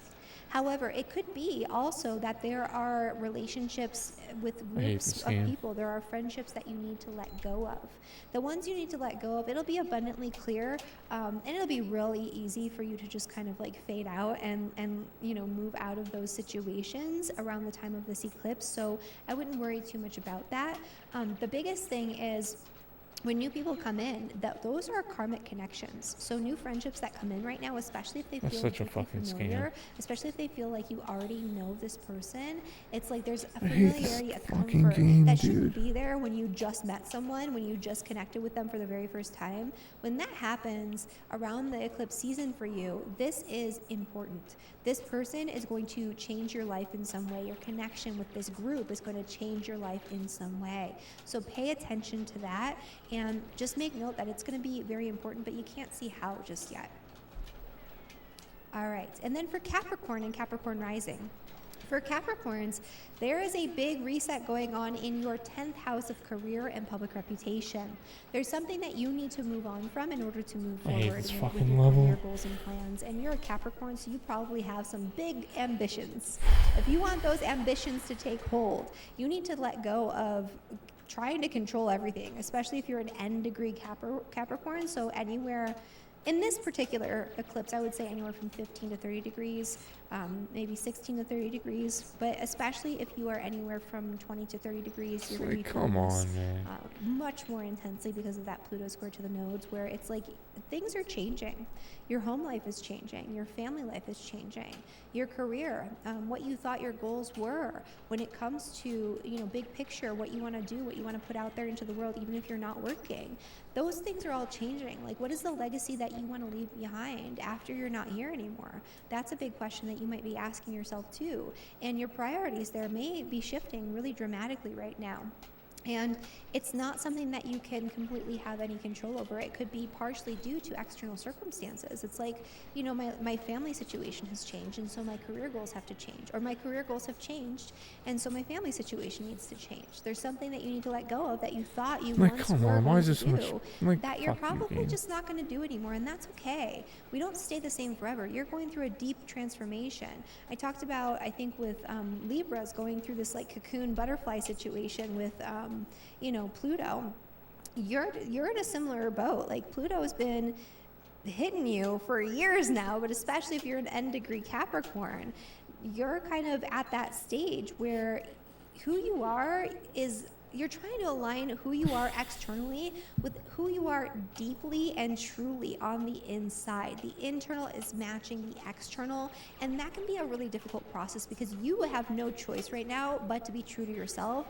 And that holds true right now, especially when it comes to your career. It's like, this is not aligned with what I deeply need, want, and desire. And I know that now. So I have to quit this job. I have to change career paths even. I need to move. I need to let go of this idea that I was going to make this particular impact on the world, because I'm not anymore.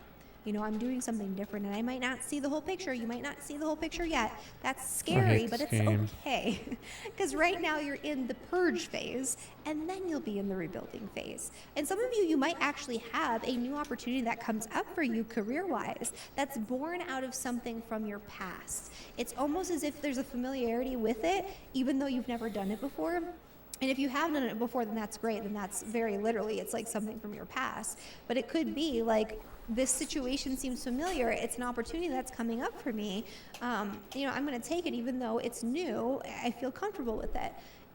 That's a South Node situation. That means that, hey, you're aligned with the eclipse energies. Okay, and then for Aquarius and Aquarius rising, so this energy is happening in your 9th house. Again, for Aquarius, not so bad. Come on. This could be a very nice, pleasant energy for you. New opportunities could come up for you involving travel plans. Or involving higher education. Maybe you want to learn a new skill set. Maybe you want to take a new course. That was a miracle. Maybe you want to become a teacher of some kind. Maybe you want to put some information out there into the world. All of these things things are come on, wonderful I hate and this are possible game, dude. around the time of this eclipse. Like, why? But it's going to feel comfortable to you. It's kind of like if you're doing something new, you're traveling to a new place, that place is probably a place that you have connected with in a past life and you just don't realize it, or you have some sort of karmic connection to, an energetic connection to, that you don't realize, where you go there and you travel there and it feels weirdly familiar and you're like, this is eerie. Everything is like coming up very synchronistically. I feel like I already know this culture even though it's completely like foreign to me. I feel like I've already been to this place. I already know where everything is somehow. Like, what is going on here? It could be freaky, but it's because you're supposed to reconnect with that past, or with that energetic connection, with that karmic connection that you have to that location. So if travel comes up for you right now, this is a beautiful opportunity. This is a really great thing, and this is supposed to happen. This travel opportunity, this trip that you're taking, could change your life like forever. And it's supposed to. The other thing that could be coming up again is education, so higher education. So it could be an adventure not of the body but of the mind, expanding the mind through knowledge, through wisdom, through like those higher level experiences. If that comes up for you, if a new teacher shows up, a new course shows up, a new educational program, maybe you want to go back to school and get another higher degree, and it feels comfortable, it feels right, it feels familiar to you, then that might be what you need to be doing now. And in terms of like what you need to let go of, it could be the opposite of these things. Like, you thought that you were going to travel to this place, but it's not working out, and you need to just surrender and let that go. You thought you were going to go back to school someday, and you're realizing now you're probably not, and that's okay. Maybe you have the wisdom, you have the knowledge, you have the experience that you already need, and you're realizing that. You're like, I actually know more than I think I do, even though, I don't have all of this experience directly in this lifetime. I'm very comfortable with doing this. I have an affinity for it, and that could be, again, if you're looking at it in terms of past, present, future lives, it could be a past life experience coming back around, showing you like, hey, you're naturally kind of gifted at this. You should definitely get some training, but it doesn't need to be this level. Or the education that you thought that you're going to get, it's not in the right place. Like, this isn't the right teacher. This isn't the right thing. So just let it go. Come Move on. on from it.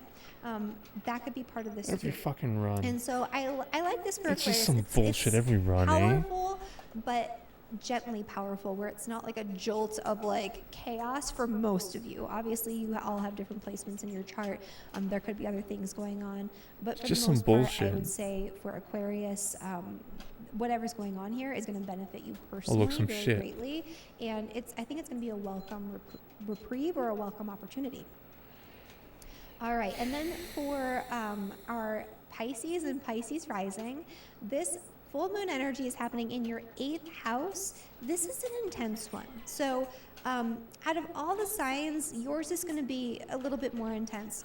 So when you're looking at the 8th house, the 8th house is about psychological anxiety, psychological intensity. It could be past trauma, past experiences coming back around and kind of throwing you for a loop where something gets triggered or re-triggered due to an experience that's happening in the moment, and you have to work through it. You have to deal with it in some way. This is one of the best times for you to let go of your past through going through some sort of psychological counseling, some sort of therapy, doing something even more even deeper than that if that's like applicable to you.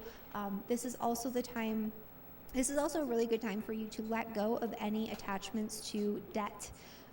So if you have a giant pile of debt, as many people do, especially in the United States, this could be a time where it comes up for you and it becomes very psychologically or emotionally intense, and there's a lot of fear around it.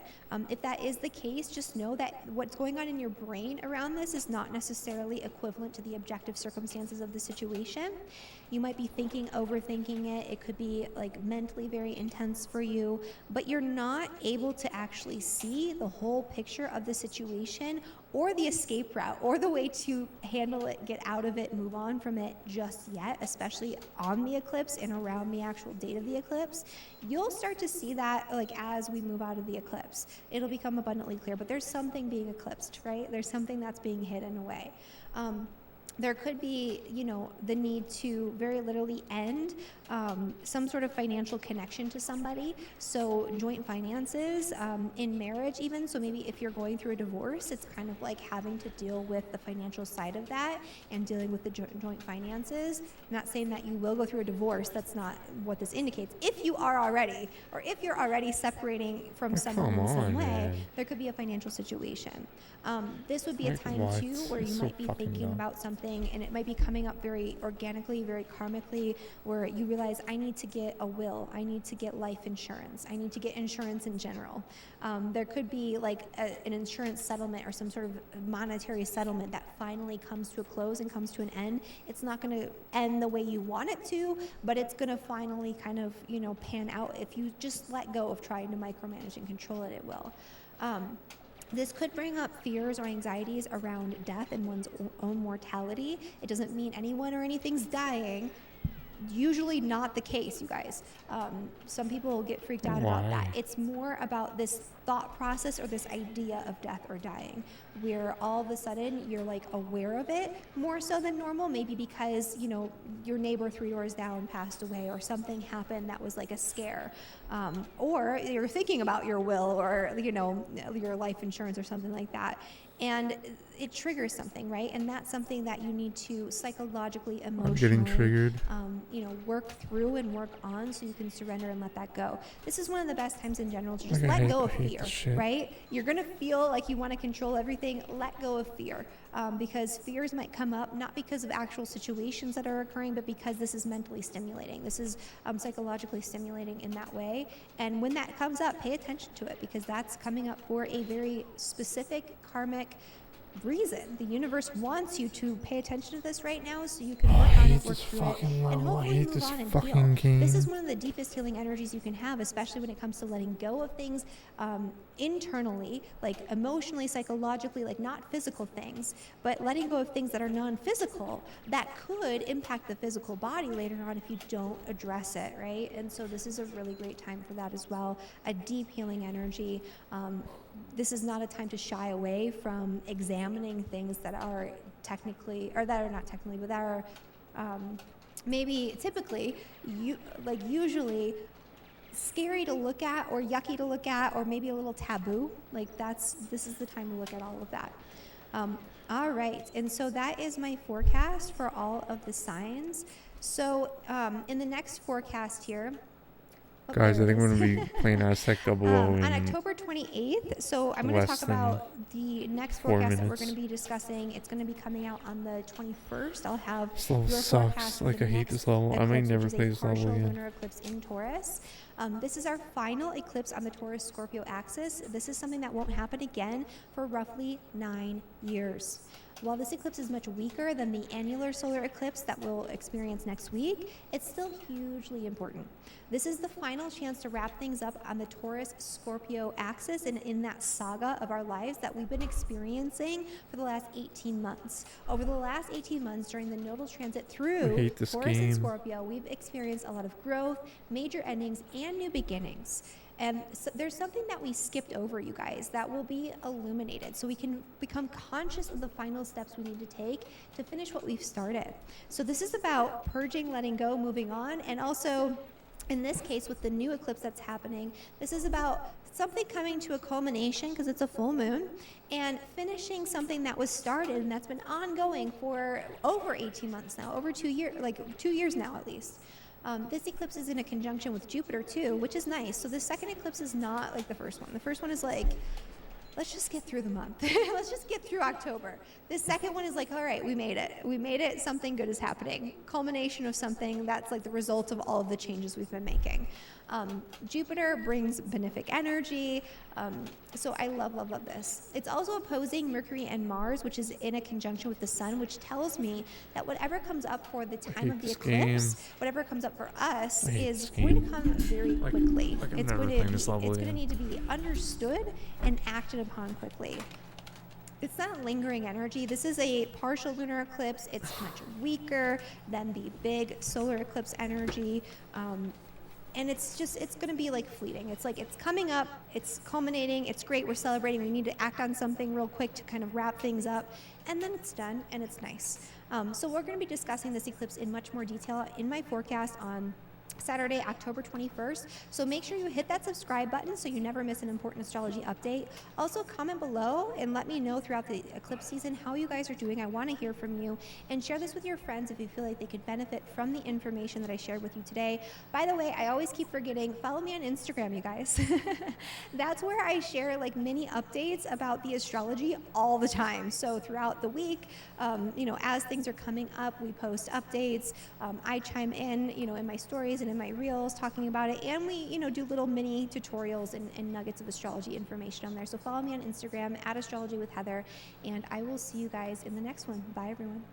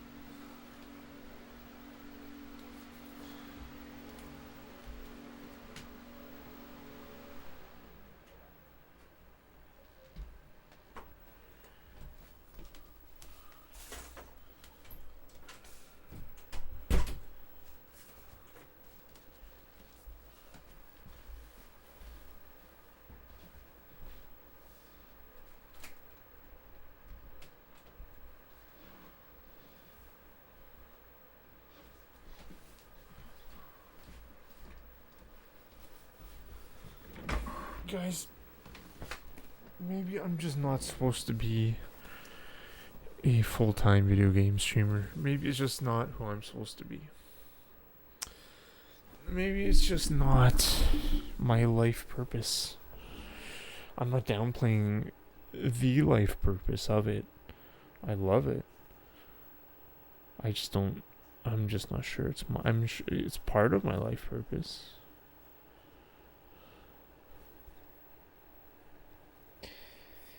I mean, it's very clear. Maybe I should just like go psycho on Mario, honestly.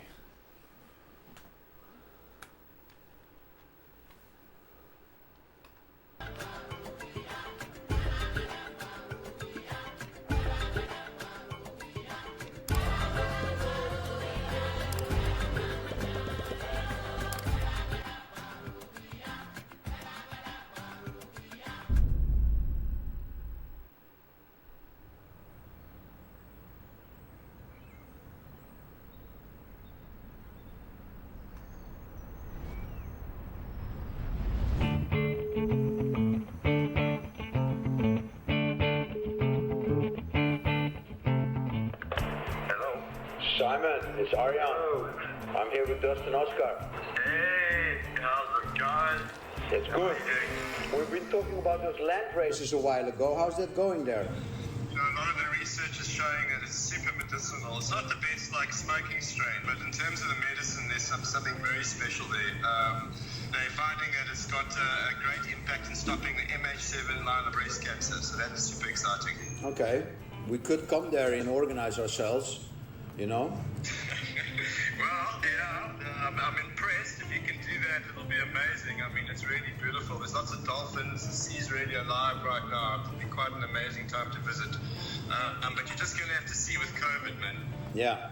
Okay, cool.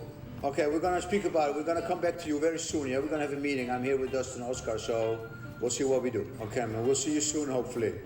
Have a great day. Why? Bye. Good to see you, bro. Ciao. Ciao. Looks like we have a new mission, You no? guys want to go on a trip? Let's try. We go? Let's go.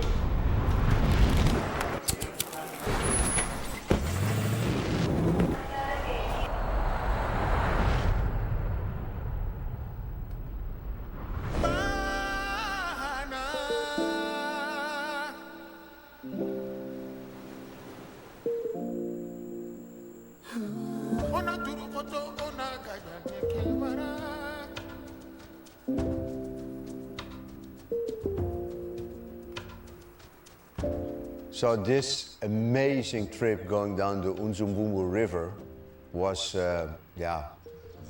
very special, very emotional for us, especially for me because it was the first trip without Franco that I'm doing. This trip was a special trip because Franco lived here, I think, 2 years, like around 2006, I think, when they brought the Exodus cheese and the White Widow and all this. It's one of the first big projects we did together outside of Europe. And it was quite amazing with solar panels and seeds and creating this whole community there, which is now benefiting from that. It's amazing to see the legacy that he left in those 2 years, you know, and all those Exodus everywhere. I mean, they have some of the best cheese I saw, you know, it's like, and you're at the end of Africa. No, we are doing this for Franco. For me, it's very sad, to be honest, because we've been together a lot of time. For me, it was like a big brother. So we're gonna still do it, you know? It's sad, but the show must go on. So once we start arriving here and realizing that this variety is growing nearly without roots, and the plant is just living on the dew, yes, of course the buds are really small, but this is just to protect itself. It was remarkable to see a plant which has adapted with the people, because the people run away with it from the flatlands more into the mountains, and the plant basically helped those people. And this is something which is quite unique. I've never seen this before, and it's made the people survive here for the last 200 years and grow their ganja and sell it. So yeah, I'm truly blessed to have 2 new strain hunters in this movie, and it was epic to do this.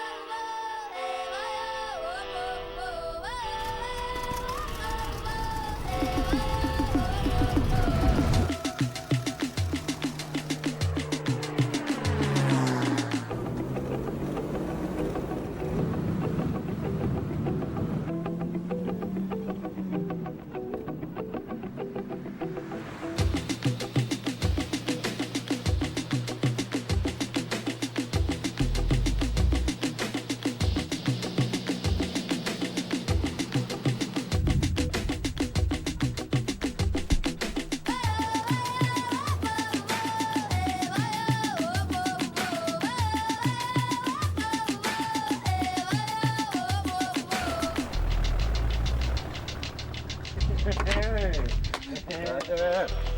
are you? Good to see you. You're Holland. We have a dying man in the back. How are you? Yeah, good. With a dead man in the back.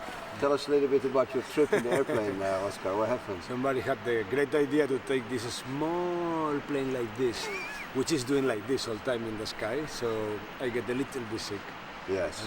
So he didn't really see where we landed. See nothing. To drop of 200-300 meters, but anyway, after that everything went kind of smooth, no? Very smooth. Hey, Sai, is this the river that we're going to go up into Ponderland? Yeah, we're gonna like go along the edges and travel up and but along this system, some of the biggest growing in this region happens, and it's because of this great valleys that this river makes. Where was the area beginning 2000 where me and Franco helped the people growing?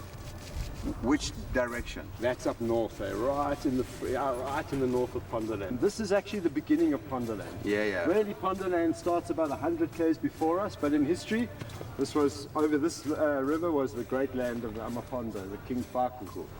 Also amazing. Fucking awesome!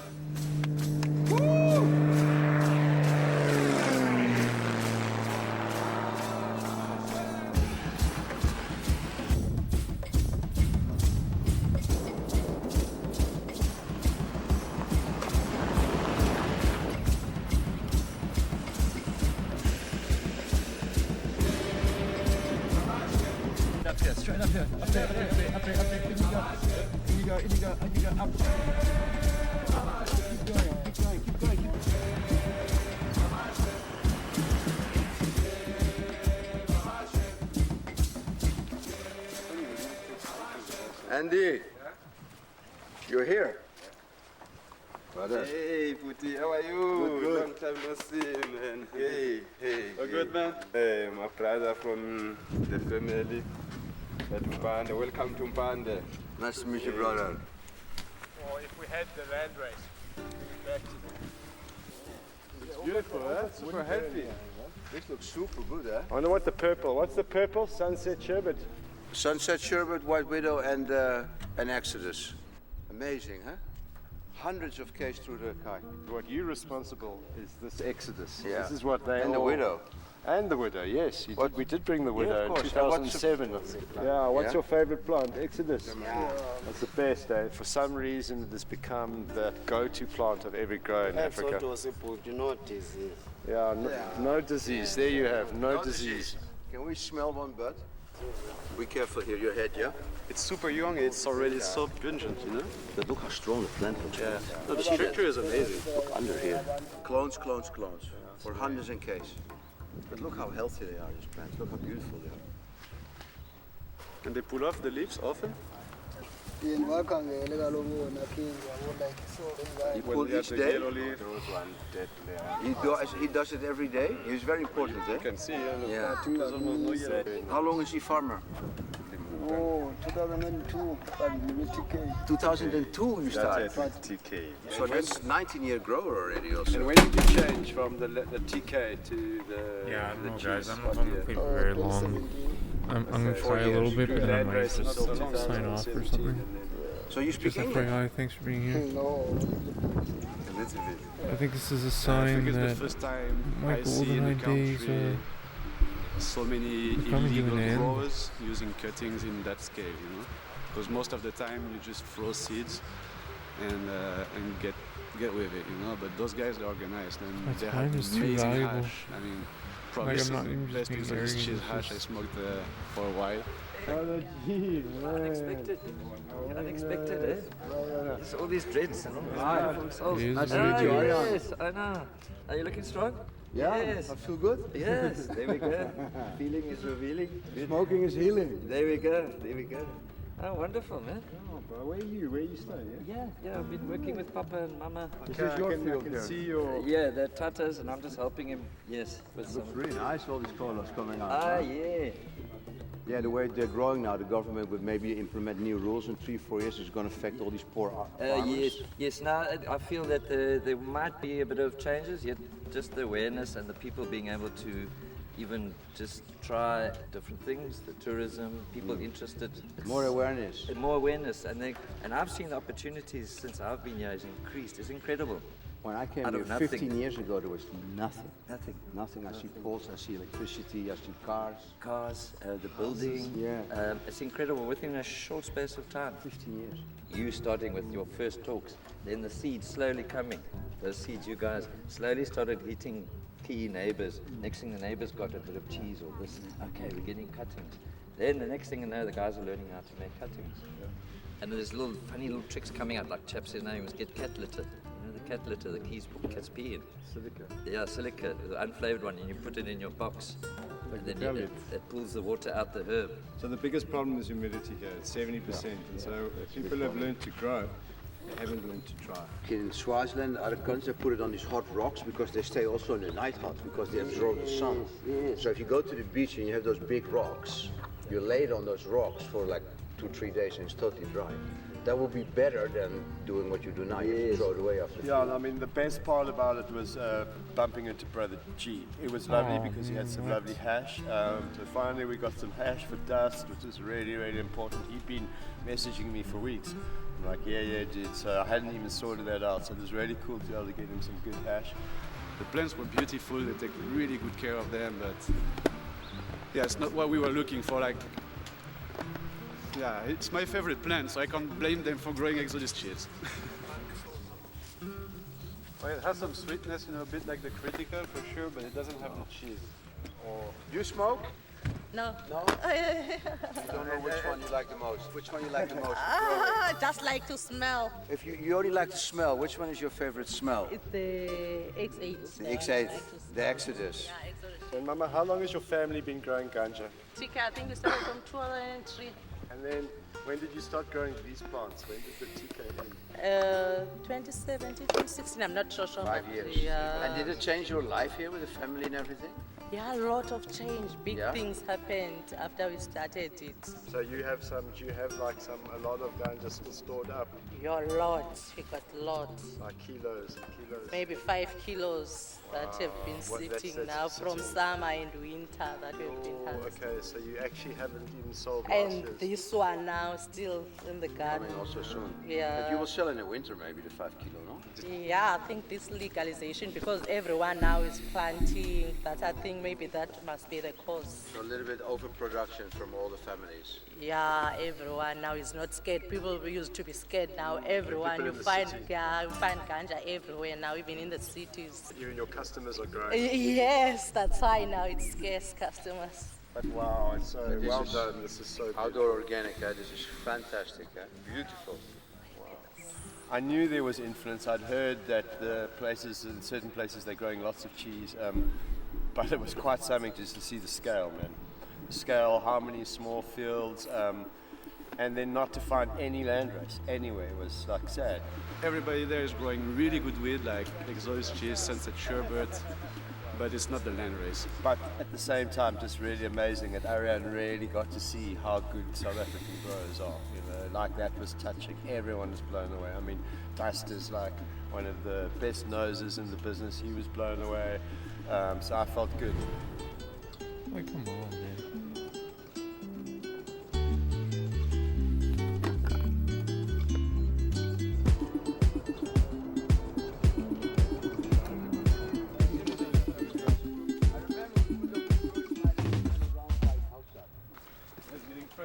Wow.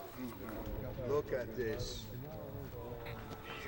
We've been having a big problem with this. So hey, how long ago we saw each other? That's like 2007, 8, 9, huh? 2007, that's 15 years. 15 years ago. With Franco. Yes. And then Franco was 2 years here, eh? Franco was in it when he came. That was Franco. He just with the ganja, he just lived the ganja, didn't he? Yo, legend. He taught me so much about it. Yeah. So this is now the evolution in Transkei. Now you see people making clones, there's lights, there's a whole industry, yeah? Everyone does cuttings, and unfortunately we've lost the local land race. That's the negative part of it. Okay. But the good side is that we've evolved into a proper business. People make a proper living out of it. Yeah. And they survive out of it. Yeah. Without relying on government handouts. No. Yeah, it was just damn beautiful, man, to just see all of that cheese and the colors and the smells, and it's a great representation, I think, for South Africa with the king, for the first time around.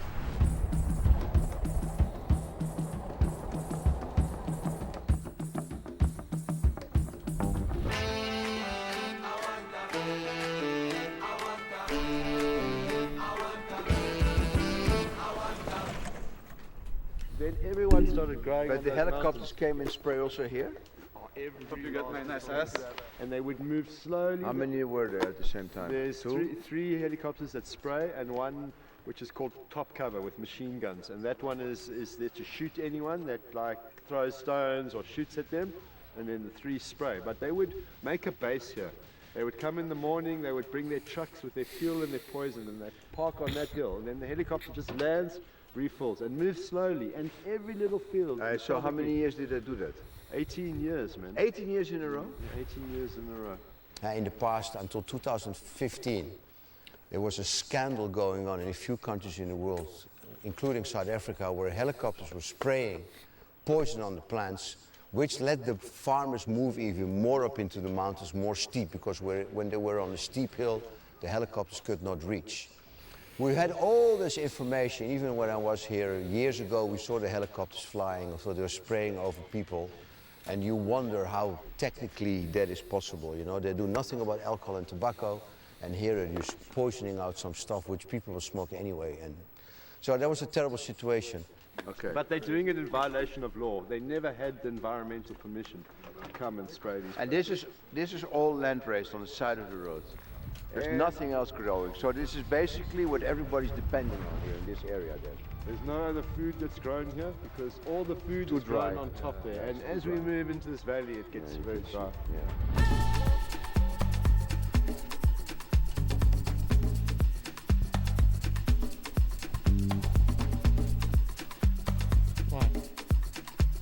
Who shot me there? Like, who was shooting me even?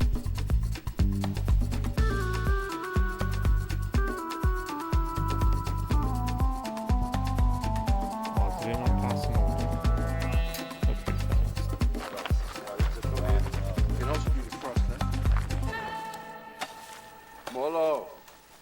Molo. Last year it didn't rain. Then yaga in a pelile and I am full. Due to emotionality and stuff, it's maybe as she was saying, the low-hanging clouds. Low-hanging dew. Does she smoke? Yeah, chai. hayi lethu itsango yodwa kodwa ngamaxesha athile. Smoke ganja only on certain times. And does she use it for any medicinal benefits? Ewe ndiyalisebenzisa kodwa ndilaze neyi-1 kanje le nto le. He only knows one side the leaves. Kodwa ezinye indawo andizazi. And what she do with it? For what? Wenzani ngamaqabi? Amagqabi abona uma abakhona umuntu ekhohlela yabo. Taking it and crush it. Okay. To make a juice. To make a juice for anyone who's got a very terrible sore. That's what they do in California. Yeah, well. That's amazing. So it's for COVID. How many years you been growing? 46 years. 46 years. Wow. 46 all your life from child. That's longer than me. You learn from your fathers. She learned it from the parents. Ba ekhayeni ni-6 nonke nabantwana nizutshiya ekhaya phathwa amakhuba nonke nabazali benu yabo phathwa amakhuba kuyosetyenzwa kwanja kanje. At home, if you are like a family, like the children are learning from their father and mother, they are forced to. That's how she started. 46 years. Wow. You hardly ever meet people that grow longer than us. You have kids also yourself? No, one. Hey, by 5. 5 kids. And they work in the field? Yeah. Now they're at school now, you would have seen them. Yeah, working if they So went to school. normally you working alone here or somebody help you? Sebenza wedwa apha nobukho umuntu ongincedisayo. Ngutata lo ekhaya. Papa, there is Papa. Okay. Yeah, here's the guy. How are you guys? What's your name? My name is Bonke. How are you guys? Welcome, welcome. How are you, brothers? How are you? How are you guys? Good. Very good, thank you. How are you? So you're from here, you live in the village? Yeah, I'm from here. I was born here. Can we go up there with you? Yeah, you can show us this one. Let's go. Let's have a look. And we find this field.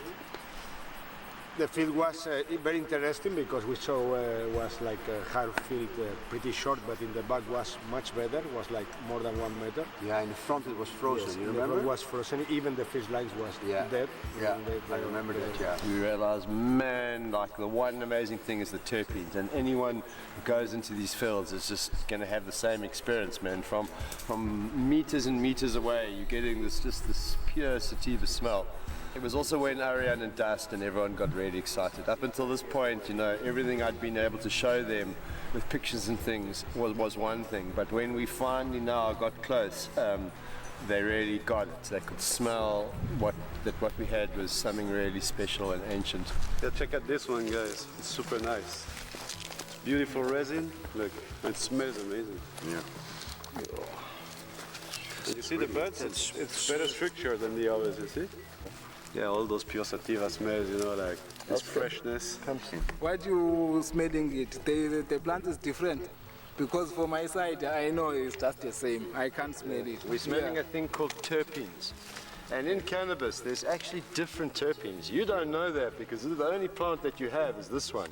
But when you go overseas and when you try these other strains, you'll see that every plant smells different. Some smell like carrot, like this one. Some smell like mango. Some smell like spice. And the plant's different all over the world. So here, it's a beautiful smell. We're so excited because this is a unique flavor. There's something special here, man. Do you think that terps are maybe also a little higher because the buds are so slim?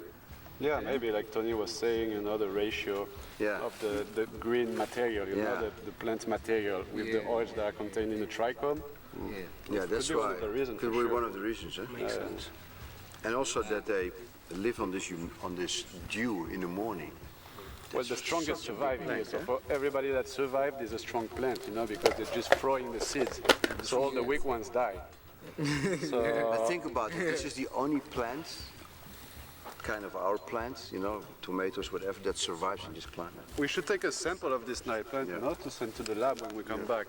There's some really nice flowers there. Well, we're going to take this part here, maybe, like... Yeah, we take a few of the nice flowers, the fresh ones, and then we give it to the lab when we go back.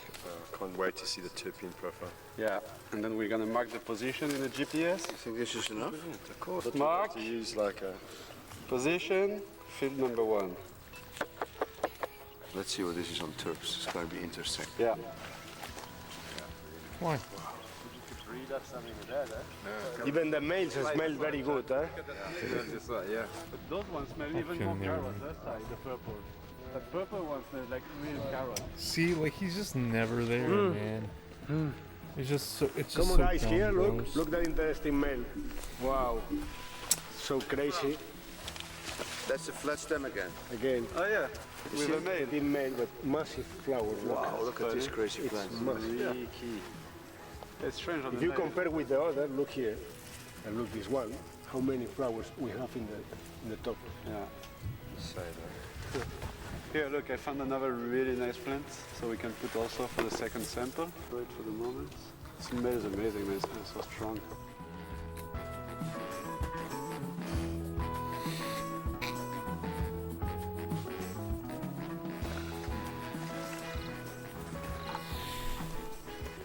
Try to not mix it. So nice. Try not to touch the bud, guys. So you can hold it here, and then you pull really quick. Look. Tuck, tuck, tuck, tuck, like a scissor. Look. Oop, oop, oop, oop, oop, oop. I did 1,000,000 kilos in my life. Look, that's it. And then when it's dry, we put it in a bag and then go to the lab. Well, good day, bunker, no? Let's go to the next field. Yeah, shot, bro. We're going to see each other tomorrow morning then, when you come. Yeah, when you arrive to the villages, you can see me around. Okay, so Always you're going to come with us? Yes. Huh? You're Yes, going to I'm show us coming. around the river, and then we're going to see how we're going to do that. Yeah, I can take you around the Pondo Lake, man. Okay, I know cool. this village. This is my place here. Nice. This is my Nice place. start. Play past me.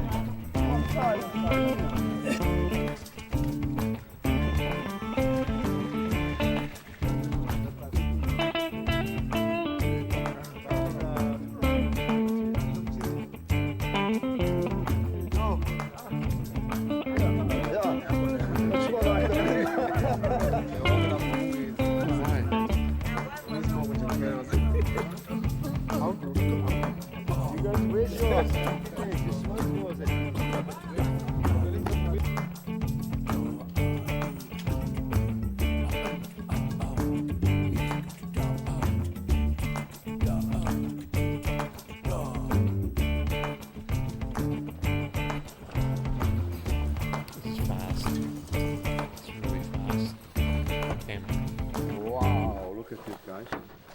It's really fast. Oh, wow, look at this. Oh my gosh. Can't So believe guys, that. come check out here what we have.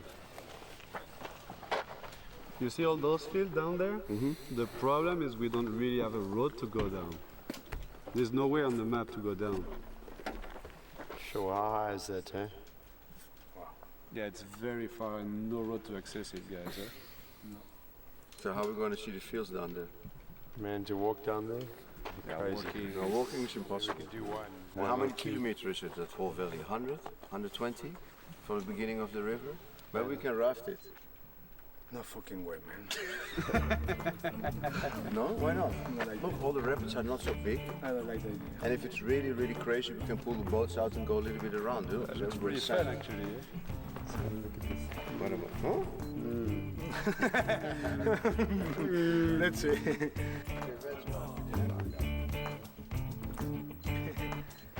We're the first people who raft this river. You fucking crazy or what, man? Why not? Speaking to the local farmers here is like speaking to all those local farmers around those world in those rural areas. Huh? But yeah, it's remarkable to see how they're evolving slowly by cleaning the floor, splitting the plant when it's really young, which is great for the landrace because the landrace is living off the dew in the morning. And there's a lot of danger coming from big companies, from governments now to regulate more and more this cannabis growth. How did I even miss Like that? we protect animals, we protect certain species of plants, we should also protect basically the livelihood of all those people that grow those land races and live in these very, very poor remote areas in the world.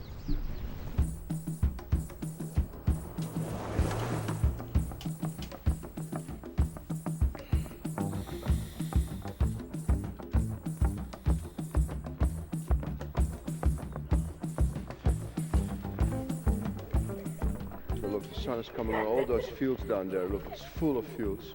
And then when we arrive on the river, we'll see fields on both sides of the river. It's fucking amazing. And this morning light is shining on that TK land race going there. Amazing.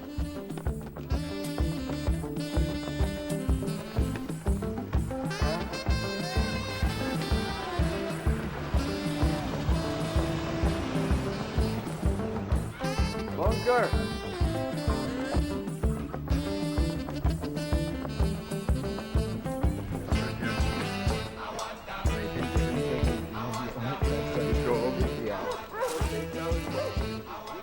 Look at this one.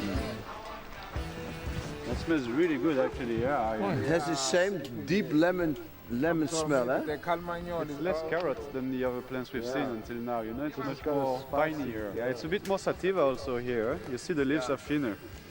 Wow, is that the male? Wow, look at this male, Aryan. Crazy! So some plants, they get real cold, some plants turn purple. Because it fires up something in the plant. So now you had like once in a 10 year, you had this really deep frost and snow. Yeah. Could like infuse this plant. The lower part is green. Probably where most heat, you know, is kept during the night because there was more plants around so that it was not so cold.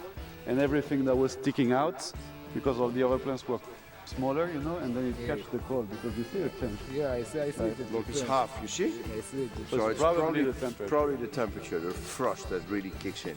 Yeah. Look, Oscar, come smell this one. This is the one we're looking for. You smell? It's pretty frosty, this plant, eh? The leaves don't look like the local landrace, eh? No, you see they also curl up for the cold? It's a strange expression. Really hard, you see? Nice, eh? Terpene, this lime goes right through your nose. You don't expect so good peppers, you know, when you don't stop. Yeah, let's get some GPS data for the seeds. You can see the roots are quite tiny. So what happens is that as in the morning here, all the moisture gets sucked up by the leaves because there's hardly anything here. Normally with our plants, you'll see big, thick roots with big plants, but you see it's all very tiny here. So it's like a surviving structure. You see that? And this is normally very deep. It can go 1 meter, 2 meters down with big plants, you know? But look how short it is. Very nice.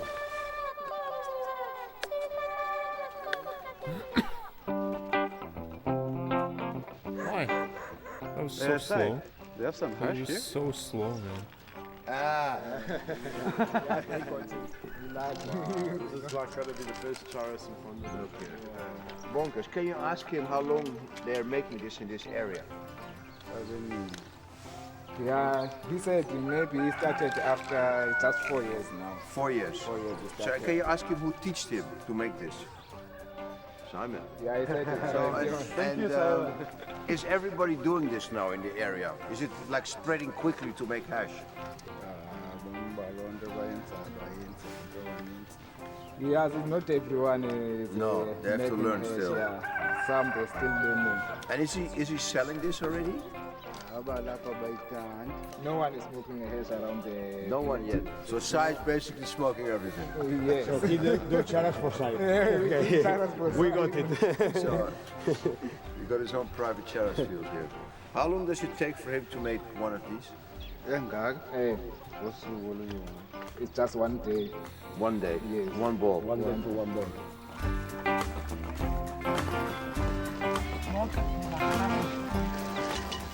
She say you must pay. She says that? You must pay. You pay her? Yeah.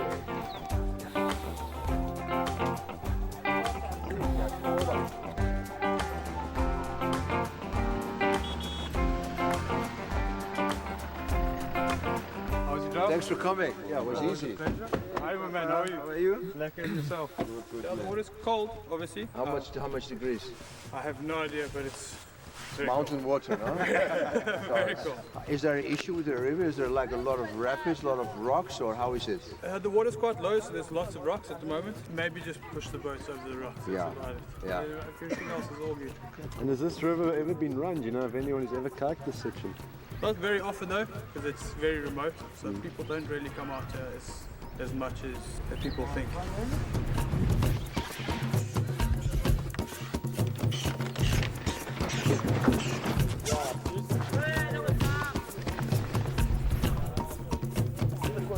Most important, because you think one of those two will think of doing pre-roll, then down the river they say, where's the joint? Huh? Our bitch should take care of it, no? If you brag about making the best joints in the world, then you should also do it, no? You took some weight? I told you to stop eating. You first start here, man. You put silicone in your ass now, just.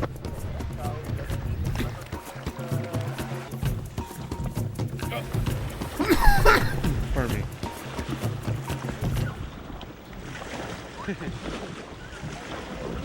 It's too deep, we're gonna drown.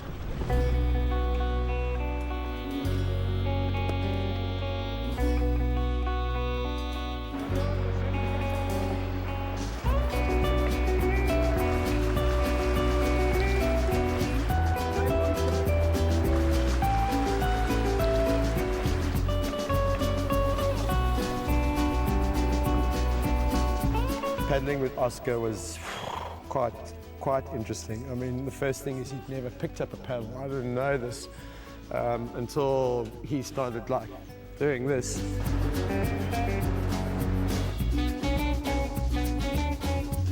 What is it like rowing with Simon? What is my beer? Look, probably it's more my fault, you know, because I never did this, and Simon lived here and he knows how to do properly. But the first day was terrible, to be honest. Oh, I'm ready.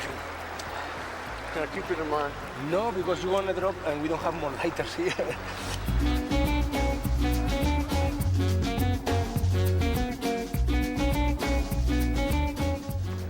Ganja. Okay, Papa. We got some fields here.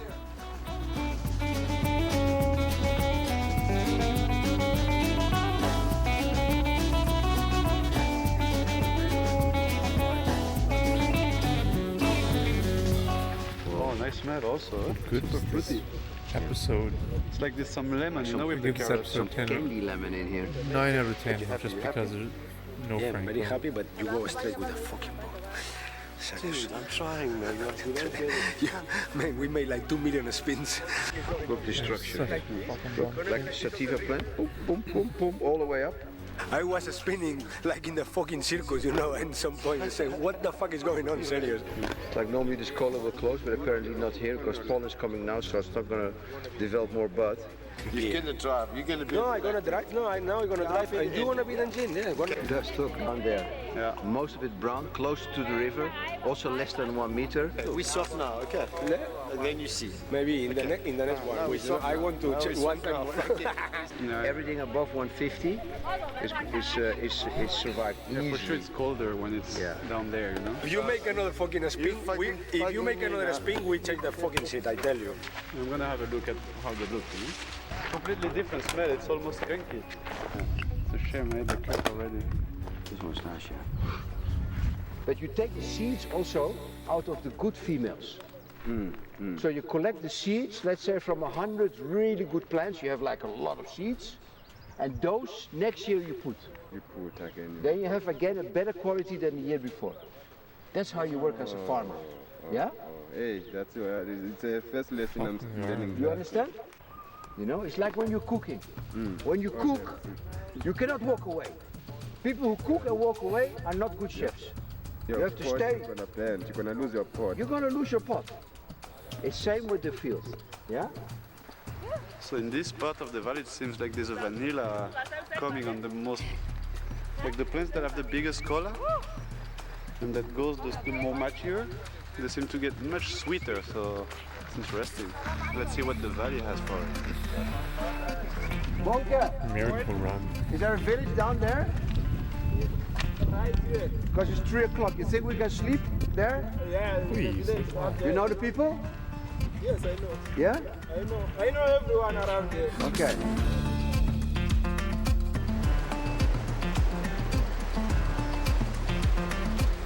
Pretty good. Yeah, it's worse than I thought.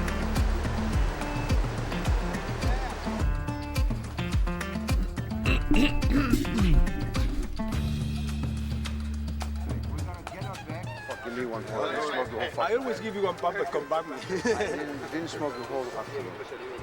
I was a little bit busy spinning, sorry, before too. That's why I did pre-roll. Yeah. Oh, it was good. It was good first day, no? Very nice. First day was really remarkable because we had no clue what we were waiting for. Simon scouted the area a little bit. The first night was going to be a place way up on a cliff of a mountain with some local houses. And when we arrived there, it was really overwhelming because people were so friendly. They were going to make dinner for us. They made fires inside and outside. They left their houses for us. The poor people, you know, in the poorest place, they don't have nothing and they share with you everything. And normal when we come from, people have everything and don't share nothing. They live in the fear. It's mind-blowing. It's gonna change your mind. You wanna come back at your home better person, I think. Why? Man, the genetic here was, it was really interesting to see how it evolved as we go down the system of the river. Because in the beginning, you could really see some kind of crossbreeding, because not with the cheese, you know, but people brought some seeds, some people bought, you know, and you have a kind of new genetics. Guys, I could play this and you level could see forever. little I bit of can inbreeding. watch other and the people more you'd go play down, this and the level thinner the forever. leaves were going, you know, and I think the plants were really beautiful and That's not my vigorous. plan. Good one. That's how I feel. Nice job. Let's go. There's no other level Look here, really. the land race. So we should take some dry sample also. Maybe Villa Perfect Agent. No, you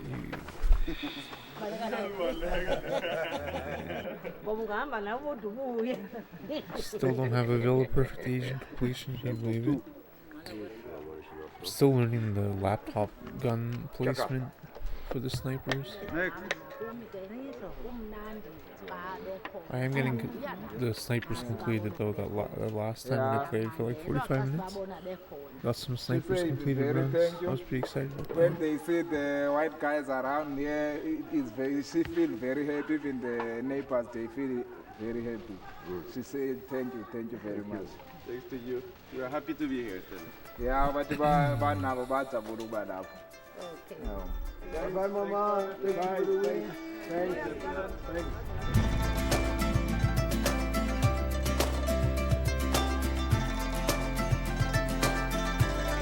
Song sick.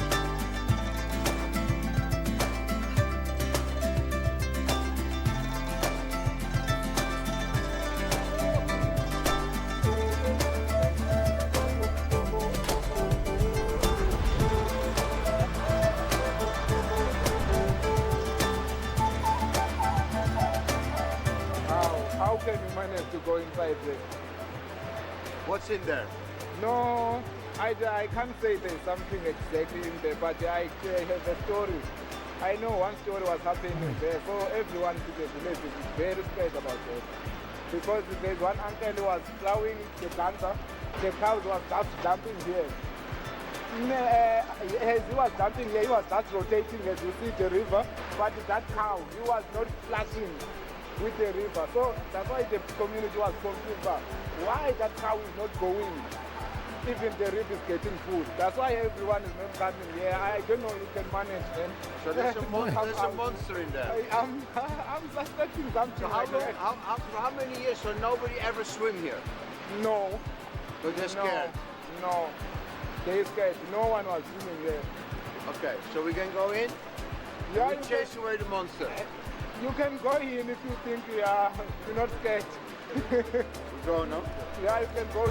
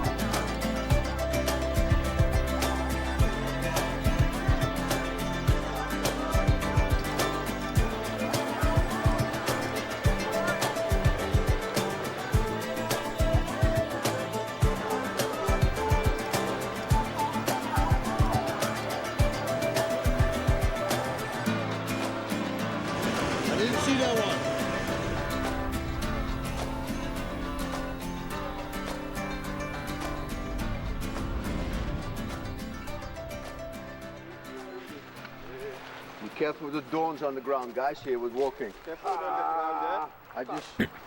I have to play this level. I knew this was going to I have to. Yeah, it's out. Shots. Thank you. I said in 1 second Especially later on it the happened. eclipse. Yeah. And here also you have the purple caddis, you see? I have to. Three big ones there, you see? There's a whole group of seeds that came in the ground here together. Look. Yeah, the structure is really nice also. It's like the other field. You remember that steady one? I mean, I want with to. the really compact branches? Yeah, it's missing like 1 week on some of the seeds. Which is nice. It's not totally brown. yeah. But it's almost ready.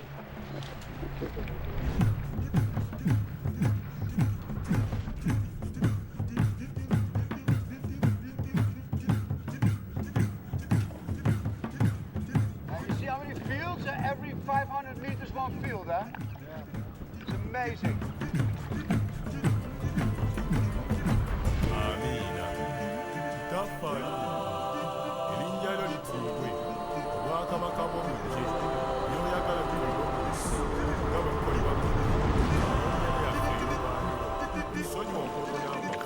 Okay, we have to go directly to the right, you see?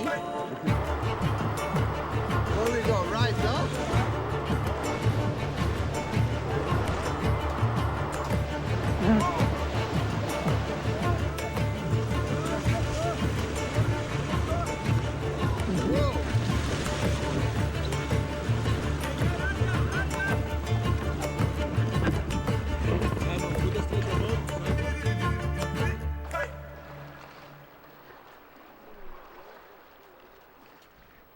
The first 2 days were really super rough. I think we're all pretty battered and blue. I've got a blue toe, damaged left leg, damaged hand. I've lost my voice. I think all of us are just so deeply exhausted. The plants, however, on the top section were absolutely amazing. I mean, I think we found some of the best representations of the Ponderland genetics. At some points there was a bit of, you could see that something had come in there, but as we moved further down, you could just see that the landrace became really uniform and definitely an ancient plant. You know how many families in Ponderland live of cannabis? I can't mention the family. I can tell you maybe the township. The township, yeah. It's 8 townships in Ponderland. 8 townships. 8 and how many townships. people live in these 8 townships? Yo, maybe it's around 60,000 growers. My mother and my father was growing cannabis, was not working, and then was depending on this. Yeah. This is only thing is bringing the food. So basically, because of cannabis, you speak English? Yes. That's why my mom was sending me to the school. Yeah. Was getting the money from the cannabis. Yeah.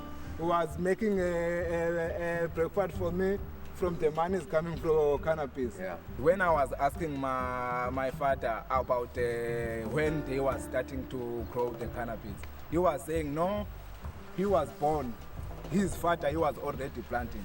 Yeah. It means my forefather, he was teaching my grandfather to plant the cannabis in Ponderland. The first time the helicopter was spraying every field, because everyone was planting to the down value. And then everyone who started to realize, but no, that one, the one who was planting there, the helicopter, he was living there. Everyone was going to the mountain. Yeah, because of the angle, no? Because of the angle. The helicopter is not catching easy. Yeah, they can't spray properly if the field is like this on a mountain. Yeah, that's why the people there was going to the mountain. Yeah. Let's go have a look down there, guys. In every field we see this one, It's crazy, this crazy plant. The green spoon one. You know what I slowly start thinking?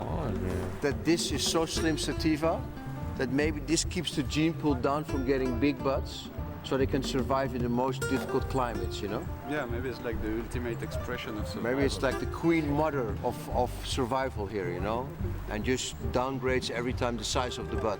Yeah, and if you check, every calyx has a seed. It's like made for seed production, this plant. It's a female, but that has no flower almost. Sticky shit. Very nice. Let's go find the next one, guys. The structure on this one is really amazing. Yeah. I think it's one of the best yielder we've seen so far. Much more real intense, you know? Not like from the candies, you know, but like really intense, natural. Yeah, without the strange carrot. Man, you smell, guys, it's so intense. Please. Ian, come to see this one. Say when he's moving down. It's funny, also when you come down, it looks like the plants are even bigger here, closer to the water.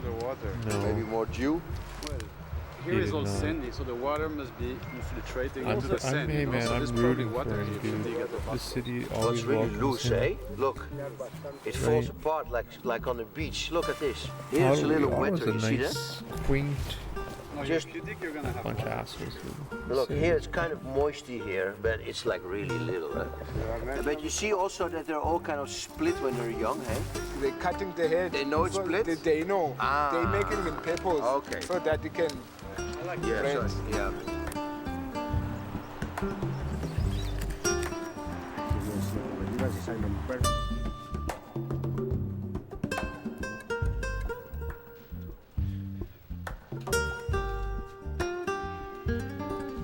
That was just really shit. I wasn't planning even to do that strat.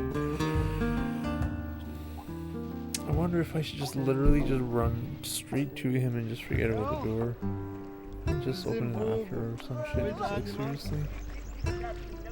I've lost so many runs like that.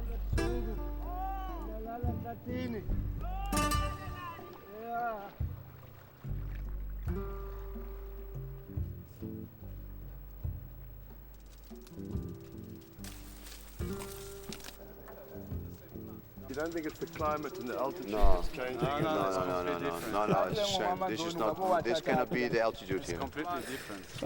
Congrats to him, man. I'm rooting for him, bro. Like, This is like a really he's such a hasty good guy. guy. Such Okay, a what's nice his name? guy. If he's not lying his fucking face off. But if he's not like. Can you ask him if he knows that he has different plants here? Look. I mean, yeah, like I like if he says he's gonna move to Ottawa, do it. You know, put that on your wall. He was going outside to buy the seed. He was sending someone who was coming from Teppan. The one was helping him. Now I was asking the question why, for him, right? because it he might said have been like a life revelation, before, which is it cool. is the first time he was buying the seed outside. Because of the keep telling the river's sun, not and then in maybe Ottawa. it's going to plow, and then Once after if he the wants plow, to go to the there's river, nothing he is should coming like out Cornwall. because the sun is hot. It's just drying Maybe everything. he lost the crop and it didn't, maybe with frost or with some Yeah. too hot, It's and then the been pollen really doesn't go, and then he has to buy. Sorry about that.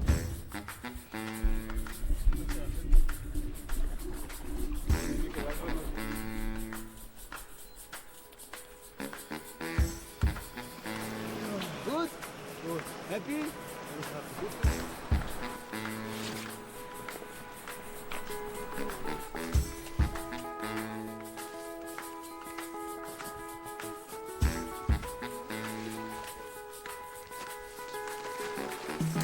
How are you doing, Toad? How are things with you, man?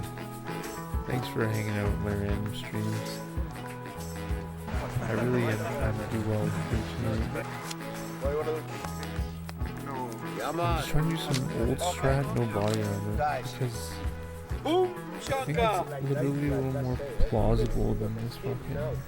He likes it 50-50, Even if the miracle happens that I do get stuck in the back door and you they cannot open my roll glass. slimmer like this.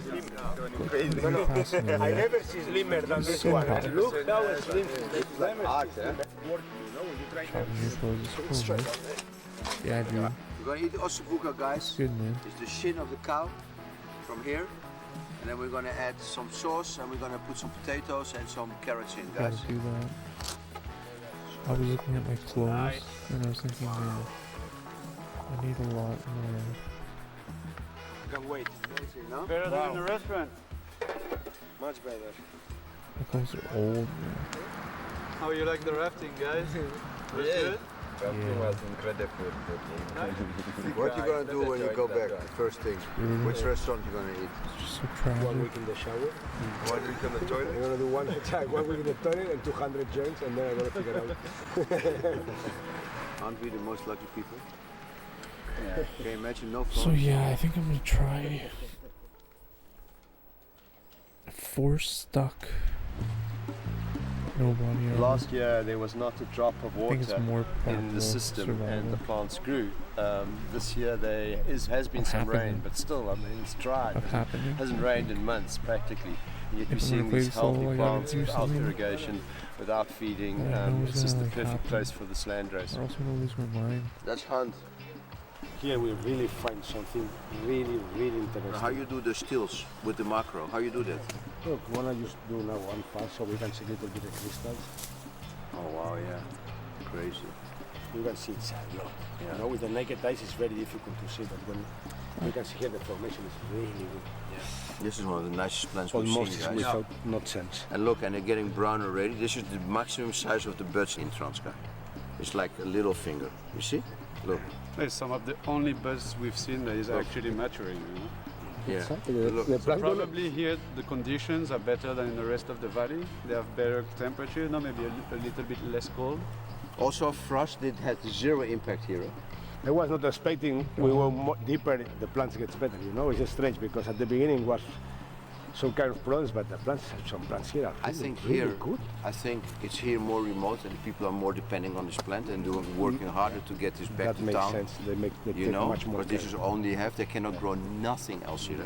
That's zero. Yeah. Not more options. Getting into these fields also, for the first time, we smell this amazing terpenes, and we also got to move along the valley and to collect seeds as we go, you know, at different altitudes. Part of what that's about is to study the plant, but I think, you know, for all of us, it's really important that what we want to do is Also need to have, ensure like, a that lot the of ownership of these strains stays with the local people, and the ideal situation would be if we can help people register the strain in the name of the Amaponda.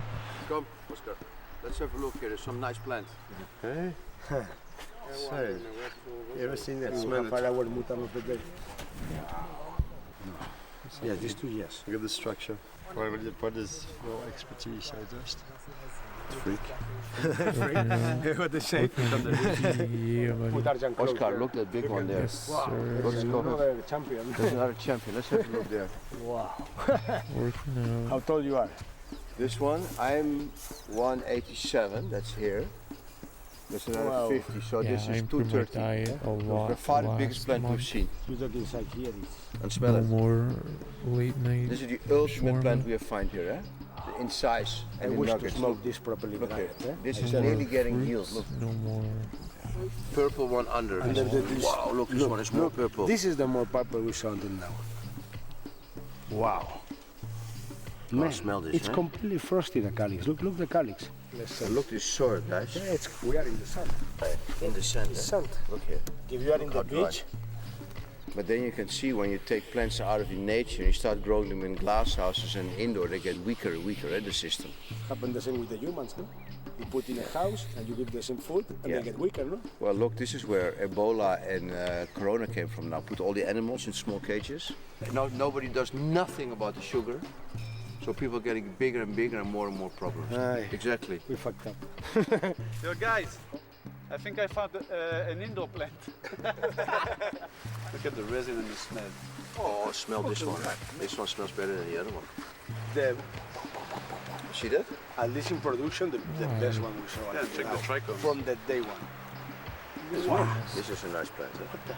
It's not one problem, man. You should also here you see the difference in farmers. Eh? One farmer does a much better job. Look how clean the floor is here. Unexpected. Unexpected. Yeah. We can call this genetic unexpected. Well, let's grab a sample of this one as well. Yeah. When you go in really remote areas, a lot of time it's a hassle to get the water, to get the nutrients, to get everything where they are, you know, because it's all super illegal. And the advantage they have here, well, for them it's even a problem. They have too much water, you know, because we talked with one of the farmer and his only problem was getting flooded by the river when it's getting high, you know. For all the expedition, this one was the more strange because, like that said, here the problem is the opposite. Sometimes it's too much water, and for the conditions, for me, it's the greener plants we saw and healthy, because even in the night the humidity is 100%. Even if I do It's something like raining that, all that time would another here in 8. the night, and the plants don't You know get what I mean? even powder mildew, you know, and they don't get a lot if of it's, problems, like, you know. terrible. So I never see plants stronger than these ones. So for me, was really impressive. Can you ask him why this field is much better than other Why am fields I we see? all on full screen Kufuneka because kube clean xa ulima iphena izibhesi ingadibani isihlahla sibe phaya esinye sibe la iphena Me nje isibhesi too. ungene umoya. Okay, he said you must be You clean two for what? under the tree. Yeah. And then you must allow open Look the at that. You space. see? Yes. So Oh, that you dude. can just grow big. What piece is this? So he I pulled a didn't lot get of the small second one, plants though. to give space to Yes, big he ones. put a lot of small plants around You the see, plant like so that? that the plant can go. And how long is he a grower? 97. 97. Yeah, he was started around So 97. 24 years. And It's from that who he second learned? camera tab, dude. I'm telling you. Ndifundiswe ngumother wam. From mother. Yes. Okay. How did they figure out that they had to space out the plant and leave a little bit of If you space? take a little care, Yeah. I'd probably get to feel like this. Yeah, it's I mean, they have to, his like, a lot parents of who was grinding. teaching them They were to already open doing the it. space. And he have children. What I mean. Ungabona aba bantwana? He gonna teach his children to do this as well? Yes. Yes? Yes. Okay, that is nice. Why don't you grow food? We haven't seen food along the river. He didn't recognize but the veggies he can grow around this soil. The soil is too much problematic. I have another question. Yeah. What do they feel about other people? I've heard that the government's giving licenses to people and that some people are getting, rich people are getting licenses. How does it make them feel? Ndicinga ubana That kungona was ngona 23 sawuthi days. sifumane That was a umsebenzi. 6-star. Yeah, he said he think maybe if pretty good there's start. those big guys they getting a license, maybe he can Went get around a the job table. from them. I'm not. This guy, he has a question for you. Yeah, ungabuza. I'm in front Ngicela of the ukubuza table uba thina guy. sibamnyama ngeke sikwazi ukufuna incwadi. Can black people get a license? Here's his question. It's not about Make it be who you faster. are, it's about money. You need 5 million rand to afford all the things for a license right now, and that's what everyone is very upset about. I know Oscar and Ariane and everyone say it's crazy, you know, that you can only get a license for 5 million. There's no ways that any company should be able to commercialize this, you know, for profit. Such a beautiful asset for the Amaponda people. It's their cultural heritage, it's their resource, and I think that for all of us it's just this amazing realization that what we're doing here is not about like collecting or grabbing for the sake of profit. What this is really about is celebrating the medicinal benefit, and I think Ariane is quite serious about trying to ensure that we can also find some sort of legal way that people can really own the strain. So you see this everywhere in these really rural places around the world, you know, and especially here also in South Africa, where the new licenses are coming, we're very scared that these people are going to be pushed back, you know, because legalization comes and then big factories are coming. We always wanted to legalize cannabis, but one of the disadvantages of legalizing cannabis is that a very poor part of the world is going to suffer for a while, unless we find a way for them to be part of this evolution. Spam it like you see what said. governments do. They only grant license to a few big companies in some countries. The only thing we can do is address their issue, which we did in Colombia, which we did in St. Vincent, which we did in Morocco. All those countries, after we came there, legalized or regulated medical marijuana. So the most important thing is that we bring their story alive and show the world what is happening, you know, and then governments and NGOs can pick it up and see what are we going to do to help here and solve this problem. What's fine?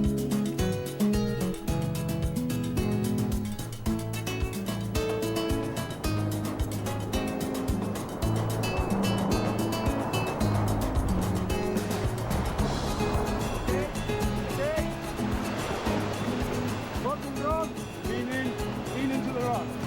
Oh, lean into the rock, Mark. Into the rock, other way. Maybe I really have to just YOLO it. Left, Oscar. Just YOLO it. Norman, Oscar, come on. Other side. Okay. Right, this way. Yes. Lift. Lift.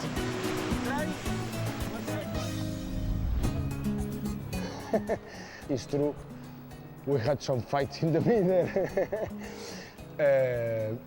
We've been much better, and I had a lot of fun. And for me, it's a very special person. Why the hell, But of course, in this fucking panic, we fight a little bit. Imagine, in the middle of Africa on the beach. Private beach. Morning. Records?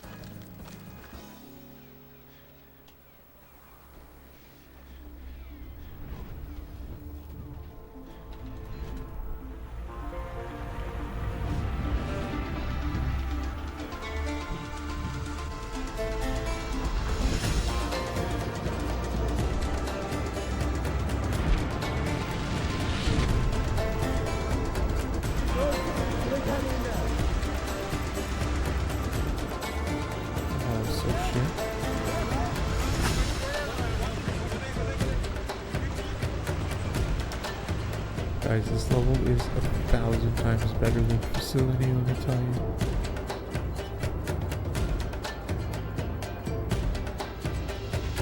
No, it's almost like We had the infinitely team better. A of the rafting. Well, we flipped, but it was okay. It was for fun. We did for the camera. You know? Yeah, they did for the camera. Nah, Bonke was a great engine. We had a really fun time. And yeah, I hope we will keep seeing him, you know, because he's a good grower Probably sign also. off He had in a few maybe fields, 5-10 and, minutes, to and be Andy honest, also though. had some amazing flowers and amazing hash. And They really surprised us with the quality of the wheat and the hash and these things. nice. I was not expecting this so good quality smoke, so good here. What about this rapid? This last one was funny, yeah? Although two rivers came together and made this big thing, no? But look Really from close here, to guys, how 23 amazing. though. It's lovely, it's lovely. You know what, guys? I never have the guts of really cruising in the river like. Maybe not. This like level's a you now. mirage. And we did. Like, Yeah, because of you guys. No, because all of us Yeah. together, man. We did. Teamwork. Okay, you think the people are Like, going to if you swim look now at the when we input changed away display, the monster in the pond?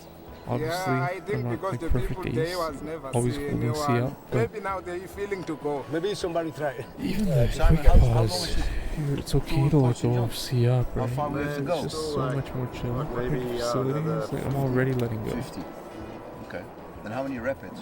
Oh man, countless. I gotta YOLO reset. 500 Okay. meters is a rapid. Oscar, That's how you really feeling the in crux. Eastern Cape? I'm really happy to be here, and I hope we come back one day, man. Look in front of us, Yeah. guys. The crux is the second cam.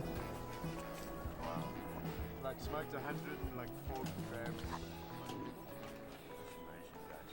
Look at that. I just gotta practice. See? Then the rest is so smooth. And the fourth cam, I gotta just YOLO or third. Oscar, he just transformed into this Viking. Someone who was very, very scared I of mean, I am, like, animals and not rusty at crocodiles all. and everything else that he imagined in the river to this quite competent paddler who was a great partner. We had a lot of fun, and I think the defining moment was his decision to run the weir. It was a weird point to encounter this madman thing we'd seen in 100 Ks made of cement. We'd seen lots of homesteads and beautiful huts, but suddenly there was this cement block, quite a metaphor across the river, a sign of man's intrusion into this unique environment. I mean, I was even fucking scared when I saw that weir, and he just was, let's do it, man. And he led the way, and we went down. What? And Are we you made it. serious, Anonymous? Yeah, what a transformation. Are you serious right now? Did DJ Farmboy the legend? Farmboy got what? Aztec Secret Agent 137? I saw. Legend. Anonymous. Yo, are you serious, Anonymous? So that was not YouTube? It's okay if it was YouTube. You don't have to. Wow. Thank you, Anonymous. It may have just been someone that. Sometimes Twitch does weird stuff like that.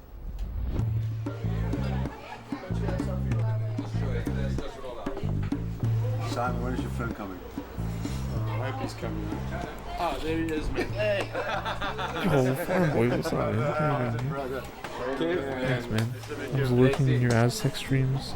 Oh, that's so No. Thanks from our daughter. You like that plant? That's true. This is the favorite of so many. My favorite is Exodus Cross Caramella, Thanks, which is the yeah, cheese man, I was candy. looking How long are you in here in the this Aztec, area?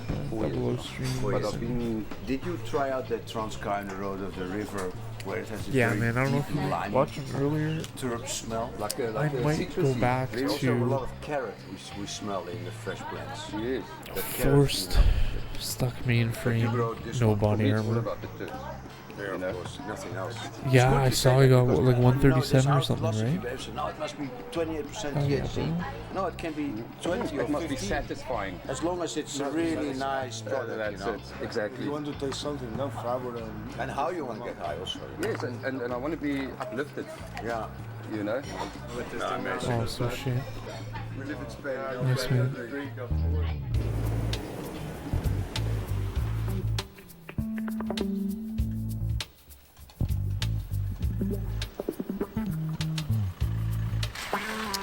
Yeah, I'm thinking while I'm doing Secret Agent. That's a grind in itself, dude. That's a freaking mission in itself. Wow, look at the light here, guys.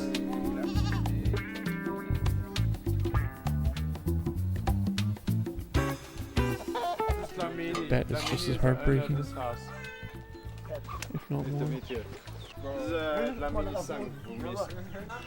Yeah, it Yeah, that'd be dope. Thanks, how are you? That would be so sick. He's actually not from this homestead.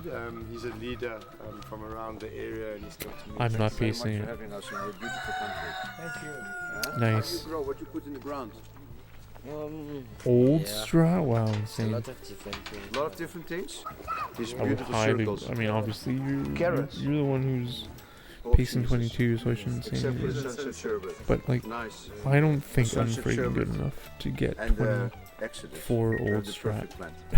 This guy just made a cross already, like a beautiful cross. New of Sunset strat is Sherbet like Exodus. is a And we blessing just for laughed me. because we were like, Big "Dust, time. these are the two strains that everyone grows here. No, it was a coincidence. No. It's just two plants that I like mean, a lot, you know, and when we arrived and the everybody was goal- saying sunset. my goal right now is sunset, 23. sunset. Like, well, good thing we did the cross now. Do we have a name for it already? No. No, eh? 2 and 4, yeah. X3, that's one of the excellent phenols they picked out. They look super healthy, yeah? And 4. Beautiful color. Really? Not Yeah, 3? It's taking Also? the water from 2, 3, and this. 4? Taking the water from there. Oh. It's good. Dude, that backwards. You know what this is? I don't know the name, but we It's also papaya tree, no? traditional doctors, we hang it anyway it will grow. You just Even on the wires, yeah, it will grow and become big, and we use it for. You eat it? No, we use it for medicine. It's an air plant. It grows off air and mud. Yeah. It That's why lives we in were looking. symbiosis with the papaya tree in this case now, which is amazing. So, I gotta what do you practice do with, that bee with pressing the on the pause. cannabis plant as a medicine still here? 26. Wow. With cannabis plant, we use it for paging, steaming, and we use it as a Okay. revitalizer when people are 2 down. shots. We Can also use it 3. for spiritual connections with the Oh, wow. ancestors, the people who were using it long Yeah. ago. And in that case, we burn it with impepo. What's the English name for impepo? Sage. Like Yes. sage. Like Yes. We burn it for that. You know how long Sangomas are using cannabis in their rituals? You from great Grandfathers. grandfathers, yeah. Generations And generations. And is it the most powerful medicine here, or are there more other ones like the San Pedro or other? Because in this garden there's a lot, eh? Negative work, I yeah. would say because some medicines are used in a few I would- prescriptions. Yeah. Can't But you get with the cannabis, muscle? you're using it in many other ways. Meanwhile, the other plants Yeah. or medicines, you use it for 2 or 3 things, something like that, or once. But our strain, we need, remember, we're not a group of people who I are think I ever just gotta testing practice everything, YOLOing it. You finding know what I it mean? properly, what's in there, I'm this not and that. practicing YOLOing it. I just We are gotta worried, do it. especially as traditional doctors, we worried that the cannabinoid Then everything's gonna change. seeds coming from outside, The timing of maybe not my- the same as ours, especially when you take it to the point of the test or research, which was done on 16 countries, and it was found that our strength here, our land race, I want to check it out. is, Yeah, thanks, man. I'll, is having something special on it. Yeah, it's very check it out special. later. But the That's people on the okay. side of the river can only grow landrace. They cannot grow Thanks, man. any other seed there because it will not grow. So it would not be a danger for the landrace which is growing in the remote areas where you cannot grow a normal plant. And wind and work for blood and bladder. This is Franco's head. So hope you can bless it. Make sure his spirit is calm.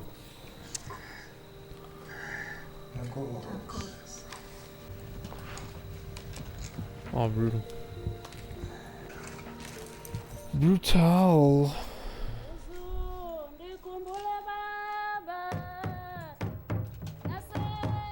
Yeah, man, I would recommend taking a look at new strat. I don't know if you've tried it. Obviously, you're pacing faster than me, so.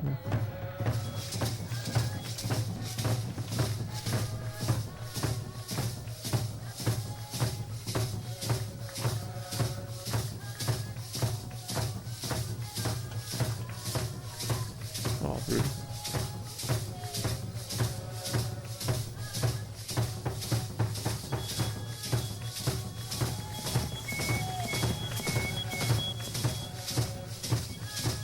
Oh, terrible. I'm such a terrible player.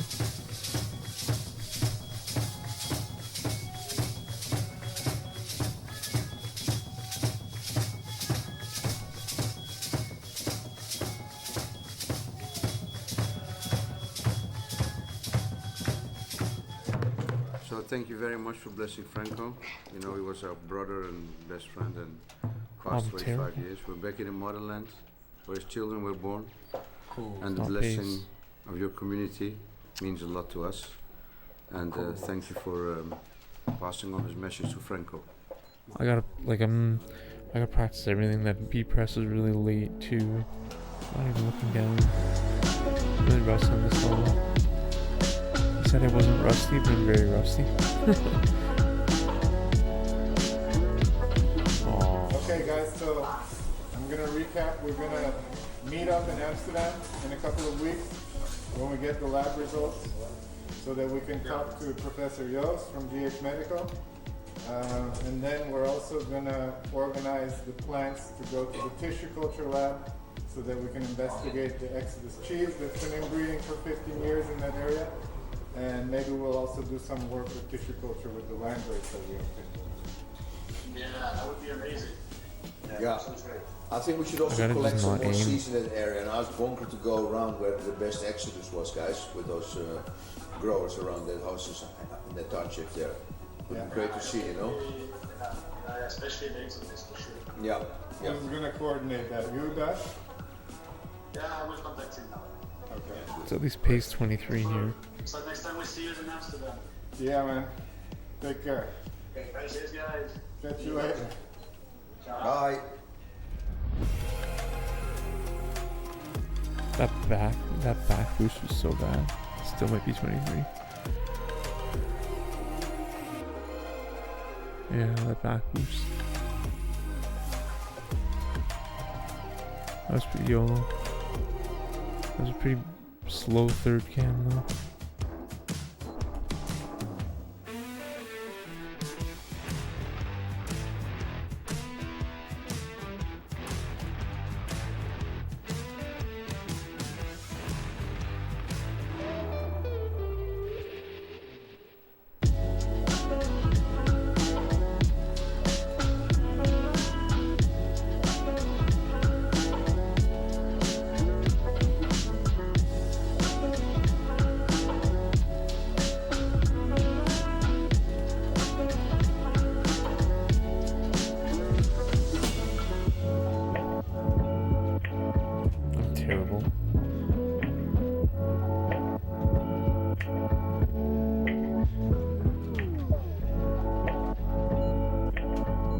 Pretty much over. If I get boosted into the corner, it's pretty much over.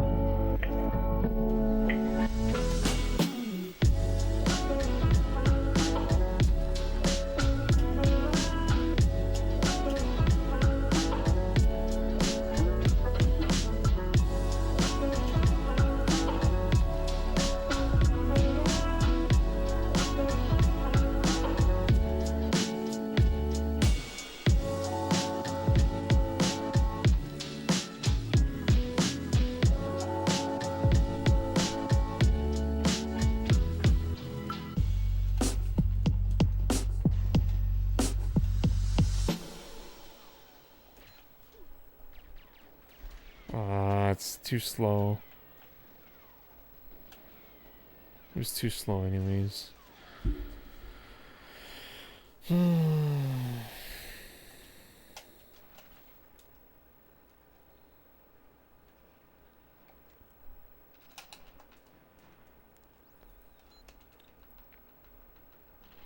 Alright, we'll watch DJ Farm Boys run on stream. Alright.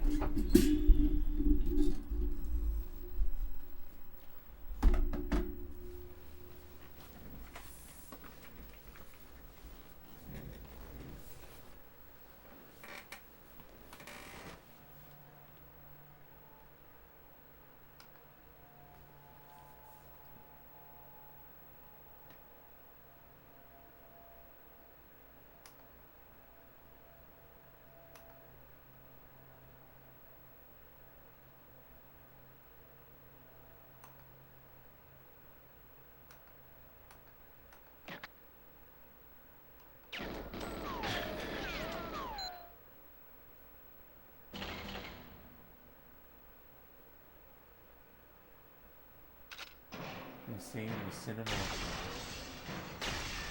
Insane.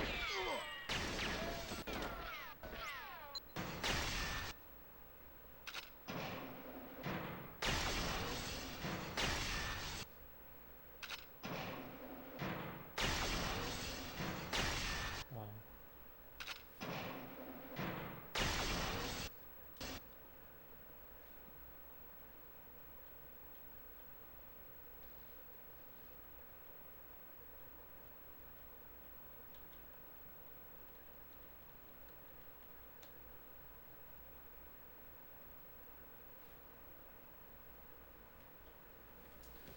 crazy. Do you push C down at all?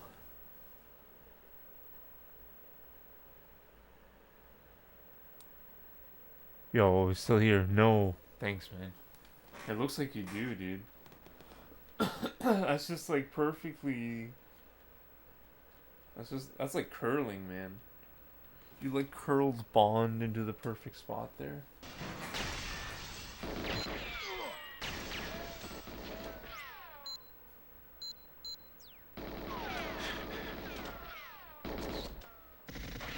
Yeah, that third piano. Wow. See, around the table, old strat.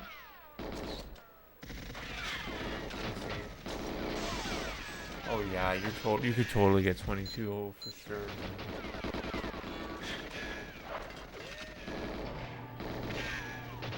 I would look into the new strat, dude. You're doing the cameras in cinema. That's wild, man.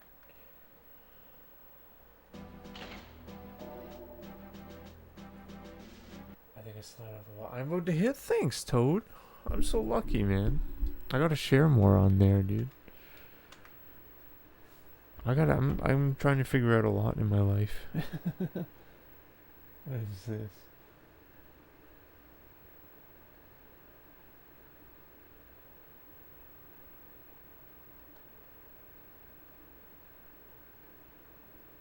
Stick around, man.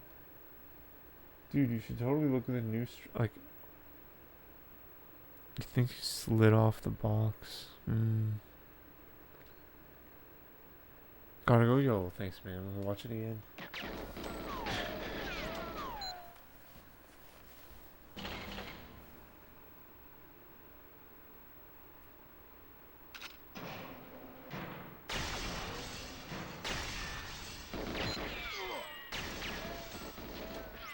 Yeah, that old strat, third cam is a lot more. Just a lot more sure.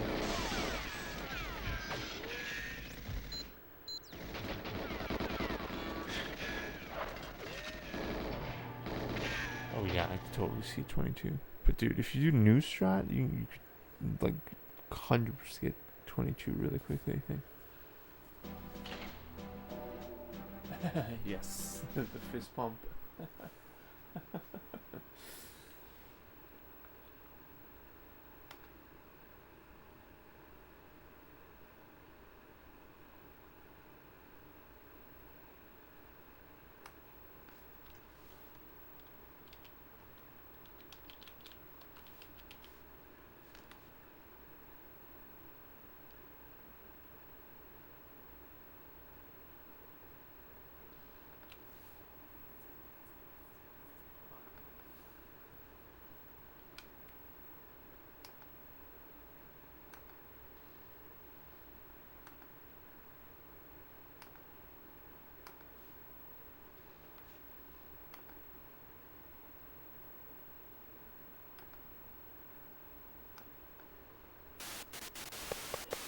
Strain Hunters 2011 on the way to the Caribbean.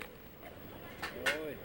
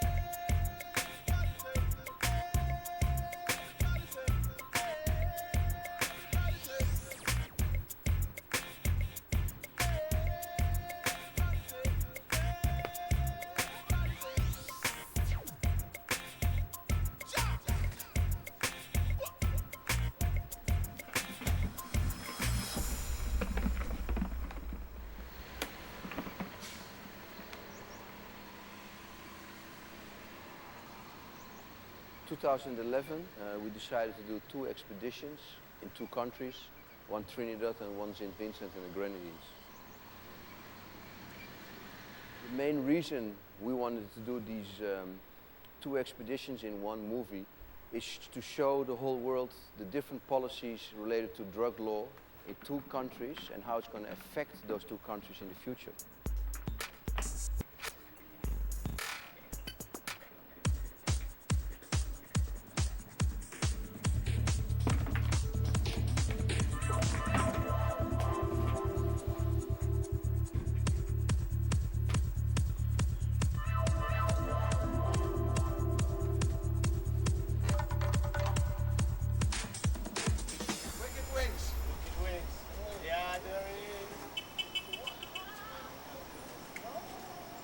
I try my best to taste as many different strains as possible. I do consider myself a strain hunter connoisseur.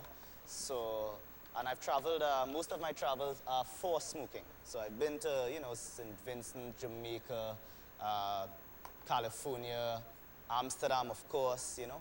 So most of my visits, Switzerland and these places, are specifically for smoking or for finding the strains and seeing what they have out there. Wicked wings, with wicked sauces. How many sauces you have? We have 49 flavors. Which one is this? This one is mango, I believe. So we have some mango, some honey mustard. I had strawberry here, incredible. So how are they, Frank? They are. Because they say the world's best chicken flavor. They are. It's incredible. So I've been going to Amsterdam since 2005. And I met Franco first, and we started talking. He asked me where I was from, and you know, we shared a joint and had some good words. And of course, Aryan came up with the brilliant idea to do a Strain Hunters episode down here. So, and here we are, you know.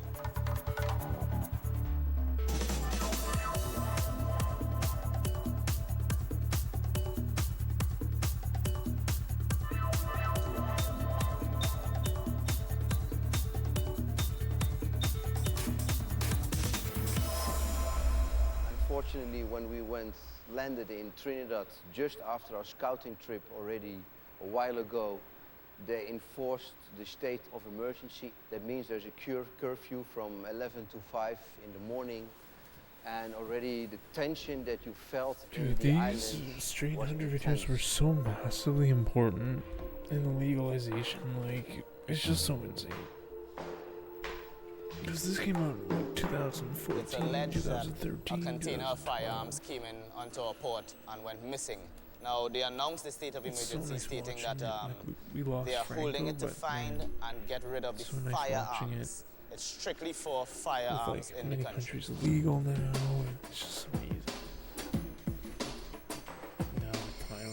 So they've arrested a lot of people and they found a lot of cannabis, huge seizures of cannabis, but they've only found something like 50 guns. And Trinidad is a small island with huge amounts of firearms. They don't seem to be going really after these things. Do you think that these severe laws I was make thinking, it it was worse, crazy that law you did that, prohibition? Farm Do you see Boy, more problems because of cocaine in and cinema. no-go areas? Because I remember last Cameras time are so we hard to passed an hit. area, even you could not go So in hard there. to It was see. a no-go area. This is Trinidad, you know, you have a no-go area. It's such a small island. How is it possible? You know? Yeah, no, there are areas that you know, they're very dangerous areas. The arms trade in this country has grown large, very large, out of proportion. And the sad thing is the government and the police officers or the police community always seem to associate the firearms trade with the cannabis trade, whereas it's not true at all. Trinidad. Para Trinidad. Touch on the chicken. Yeah, man.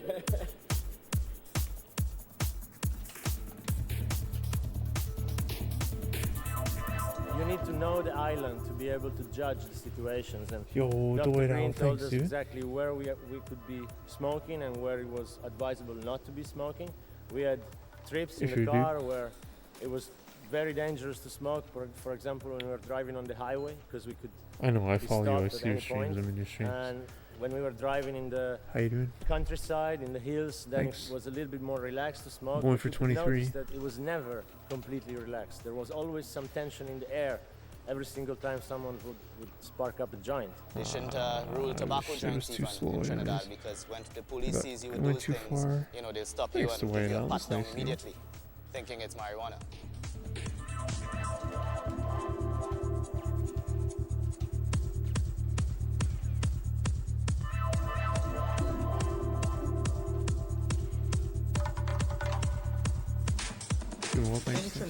First of all, we do not mix tobacco with our herb. Yeah. Right, that's the first thing. Oh, And man, usually, so I gotta a yell lot of it. people, when they smoke a joint, they like to It smoke a cigarette is- afterwards. So some ingenious Trinidadian came up with the idea that It maybe is before the secret joint is agent. finished, we should open back the joint and stick a cigarette in it.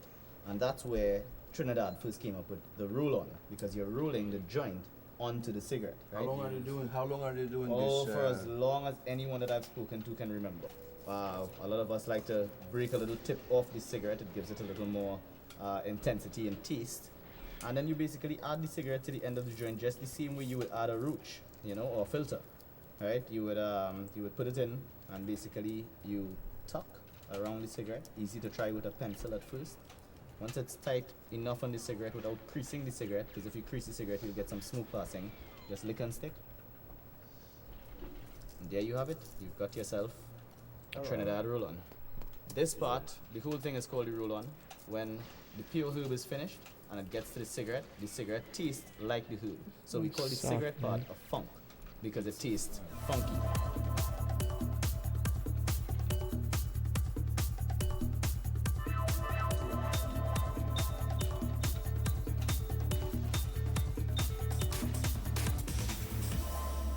Oh my.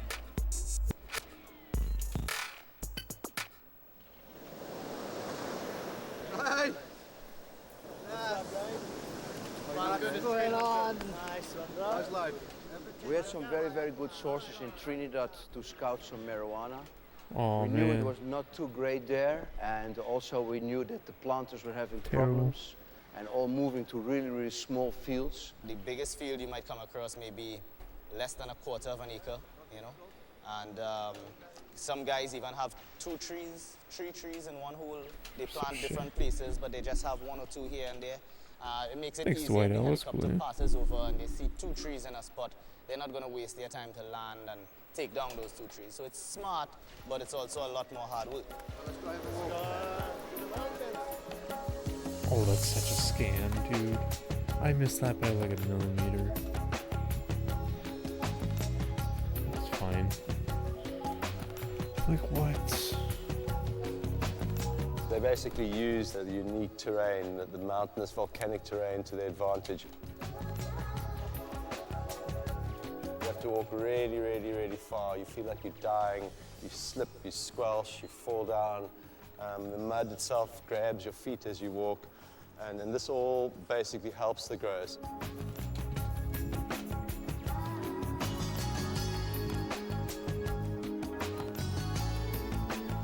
During our scouting mission, we had the chance to see plants growing in the vegetative growth stage mostly. And we imagined that they would have been a little bit bigger, the flowers, during the end of the flowering period. How many plants you have here in this patch? Yeah. 400 or 500? Yeah, more than 500. And you plant like every time a little bit, so every time you can Where's harvest the a little oil, bit. man? When is the Yeah. harvest time here? Harvest time is be more like this month. September month is more harvest Until time. until September, November. October, yeah. We find some decent stuff, and but the main problem of the state of emergency, also there you saw, Look is at that the that. planters were really, really hiding That their should be how I plants should do it. between like 1 and 2 square meter little fields, also half an acres we saw, but pretty low grade quality compared to St. Vincent and Jamaica. Too much water. Yeah, too much water. Hey, and the fresh land here that you use, eh? This is natural soil. How many years can you use it? Good. Well, you can use this for about 3-4 seasons straight on, but after you have to rest the land. And then you have to rest it You have to rest for the 2 land. years? At least 2 to 3 years. 2 to 3 years, and then you can use it again. And the growers harvest it very, very early. That is because the situation of repression on the island is so bad that they are forced to hide and to cut as quickly as possible. So they don't even actually allow their plants to mature properly, to finish their cycle properly, because they live in this panic situation. They just want to make sure they get their crop in, they get some money in, and they stay out of jail. Man, this is crazy. The spicy sativa fresh. It's really, bud is dense here. It's We need seeds from this later. We need the seeds from this plant, man. absolute. Yes. Normally now the people now doesn't want to buy the weed with the seed. No, of course. no, of course They not. want it easy. High grade. We don't want to smoke seeds, man.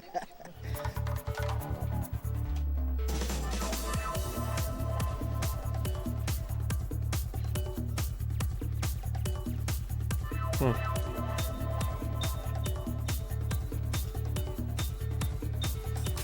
I had to. It was a miracle. The miracle prayer. It was pretty close though.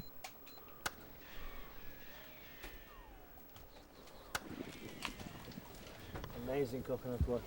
Wow. Really refreshing after walking. Yeah. Is this how most of you guys live? With the vegetable here? We plant not only herb, but we plant food also. It was just astonishing to see how people that just a year or two before were managing major operations indoor and outdoor, now were forced to small guerrilla style grows in their backyard, hidden, in panic, again, fearing the helicopters coming every day.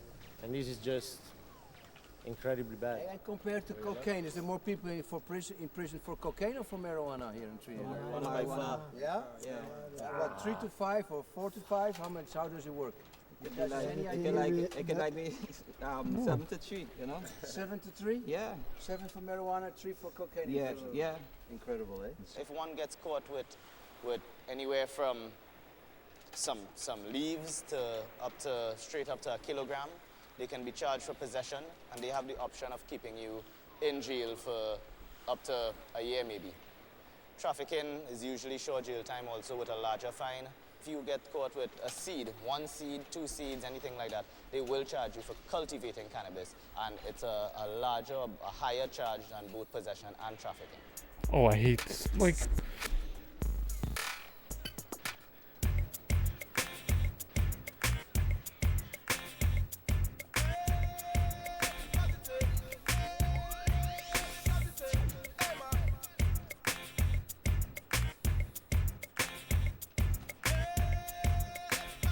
so, are you just so enraging? Whatever.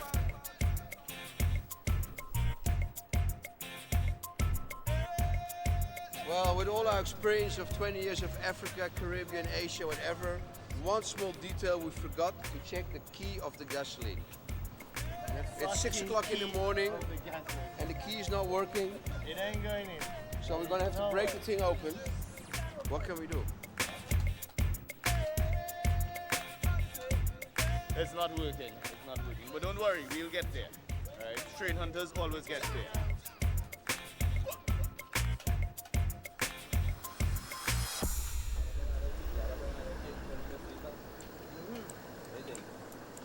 Really good, man. Really fucking good. Yeah? Wow. Fantastic. Good breakfast. It's also a good lunch and a good dinner. Full power.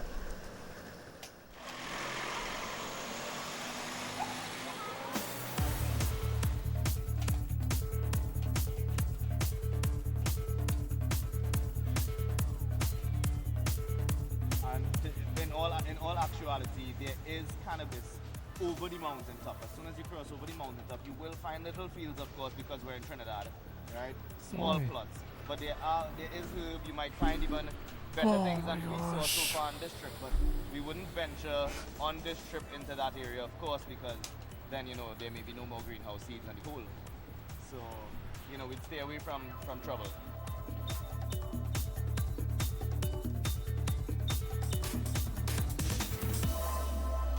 We also had the chance to visit a very special location on the island of Trinidad, and that was a really underground small operation right on the outskirts of the city, of the main capital, so in a very, very dangerous situation considering the curfew and the state of emergency. So guys, we're here in a country state of emergency, That was Trinidad. That was previously the A run. lot of indoor grow rooms are closed down now. A lot of big plants are moved away.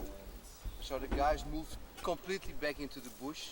So Hiding. helicopters cannot see it. Hiding, eh? Yeah. Real hiding.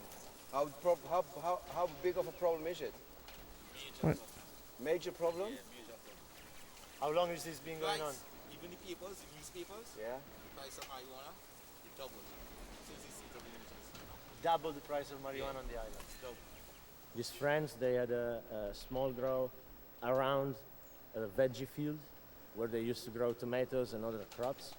And they hide their plants, literally camouflaging them in the It bush. slides off the And box. they do it by small patches, 1, 2, 3, 4, 5 plants together, not more. And they absolutely camouflage those plants so that if you stand in at 3, 4, 5 meters from them, you won't see them. It's art Look at what that. they're doing.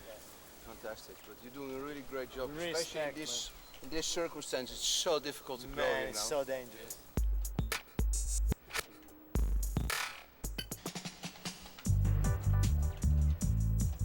Oh, okay.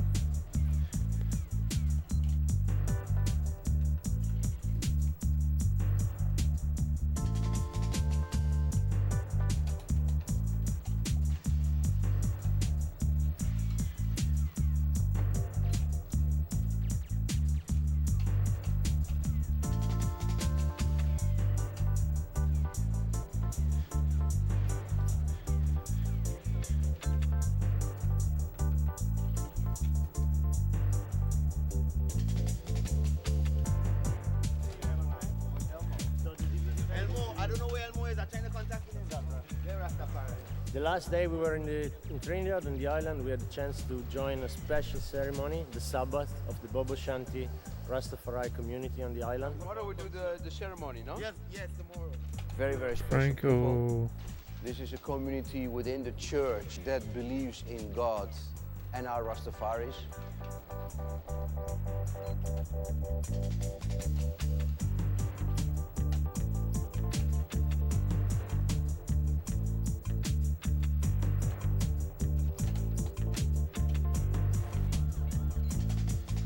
Give thanks to the Most High for divine guidance and protection. Give thanks to the blessed uprising of the Most High. Give thanks to all brethren that come visit I and I from near and far. You know? The one who was living us in I and I, King Emmanuel 7. Down here, Rastafari. The Bobo Shantis are the second largest Rastafarian sect on earth, and they are very colorful. They pray a lot, they read the Bible, the Ancient Testament mostly, and it was very special to be allowed to film and to document such an incredible cultural feature of the island. Why?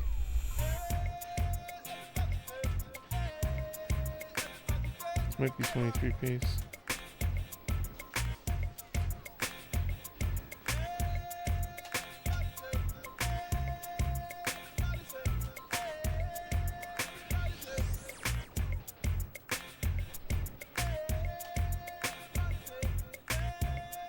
All the rest.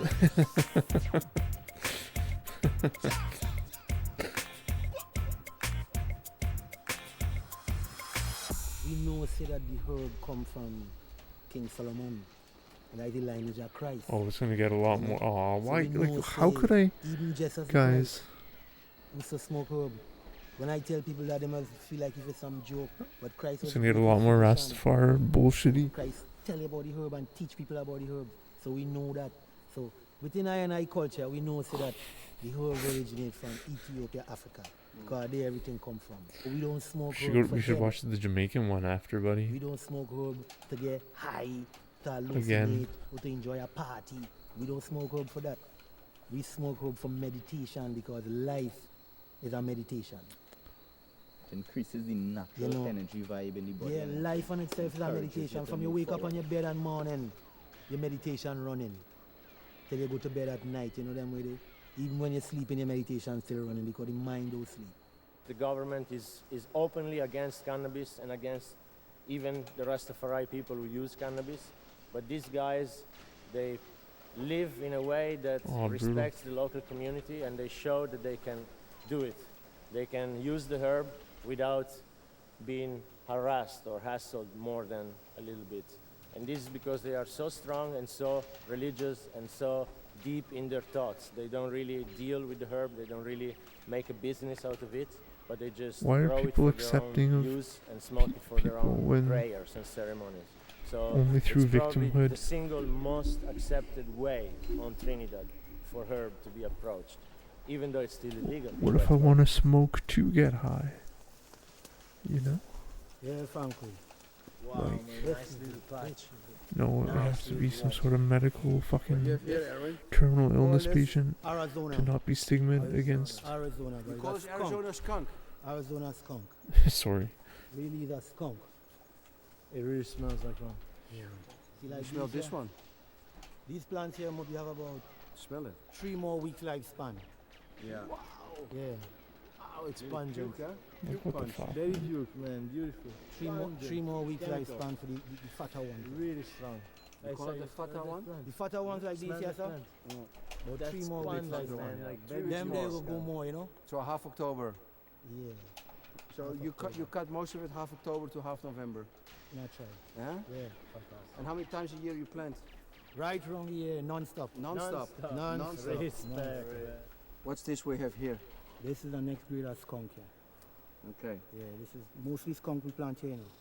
This is the next breed of skunk, but this one here is we call jam jam. Jam jam. Yeah. Come from Jamaica. Jam jam. Okay, that's why it's called jam jam. Yeah, this comes from Jamaica. The smell, For me, smell this piney. one Piney smell. looks like a haze. Spicy Yeah. watermelon sort of something. Chemical watermelon. Chemical watermelon. You from know, the like the candies. chewing gum Yeah, from chewing gum the new packs they make. Yeah. Chem melon. Chem melon, yeah. That's, by the way, a good name It's for a a new good plant. fucking name, Chem melon. Yeah. And 7 helicopters are flying around, I heard that. Only for ganja. Only for ganja. What about the cocaine? Nobody goes after the cocaine? Nobody goes after the cocaine because the cocaine, we had to talk about the big fish them? Yes. Them control that. The big fish them control The the big cocaine fish. business. Yeah. With the politicians together? You understand? Well, the big fish them link with the politicians because the politicians is big fish too. What really worries me, you know, if the lack of herb is going to go on like this, on an island like this, in the future the young people are going to take cocaine because there's nothing else. Not yet. And this is where the danger starts. In the Seychelles, a country where I came many, many times, like in the late 90s, they start cracking down on all the planters. There's no planter anymore. Everybody was smoking ganja. Now everybody's taking cocaine and freaking Wait, out. how is that not? Wait, Yeah? what? And the same will going to happen in the Caribbean countries if they completely get rid of the marijuana, and then all the cocaine comes through, and everybody starts taking cocaine and no more smoking more ganja. This is really, really, really stupid, huh?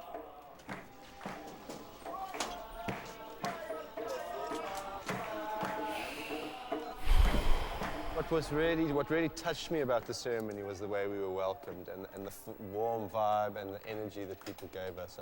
We were really not treated like outsiders, and it was just a very special connection that we made with the brothers. Yeah, I was quite emotional about the whole thing. It was special.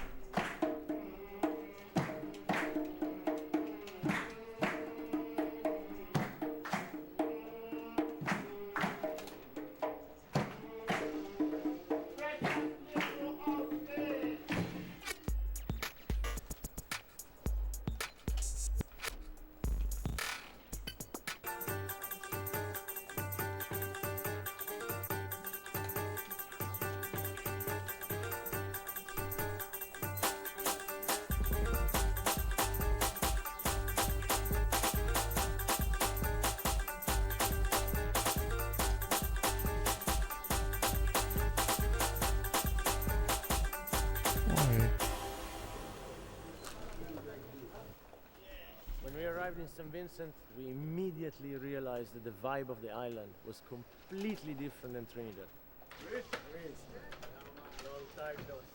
The entire island relies on cannabis as one of their main exports, one of the main cash crops. And as a consequence, even though cannabis is still illegal, the entire attitude is completely different. Well, how's the weather today? Dry? Dry.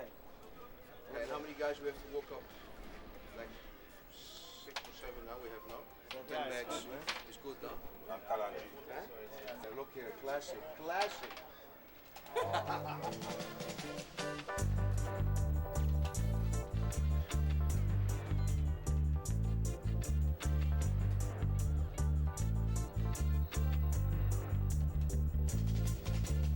St. Vincent is amazing nature. The volcano is a high mountain. The top part has not much vegetation, but the rest of the island is covered in thick jungle, really thick jungle, lush and green.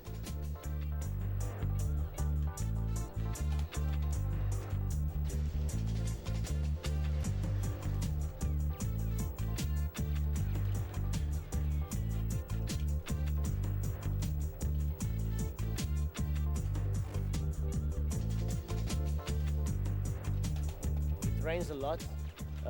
There's a main rain season, a secondary rain season, and there's pretty much wet showers all year round.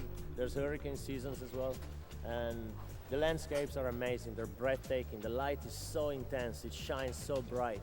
If you're not used to it, you really need sunglasses. Otherwise, you can't see.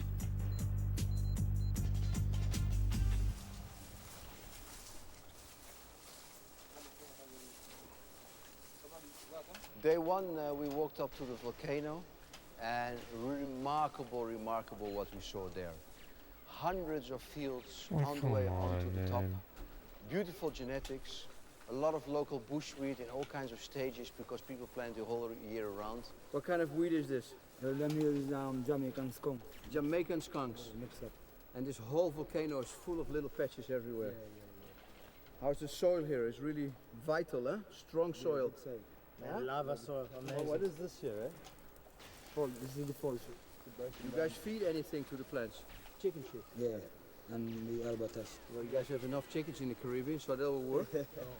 And also here again, when we talk to the farmers, you see that the local high grade they have vanishes after 2, 3, 4 generations because the local weed is always stronger and takes over because it's so dominant with so much pollen and such a big area that the high grade that is being imported mostly through Jamaica has no chance.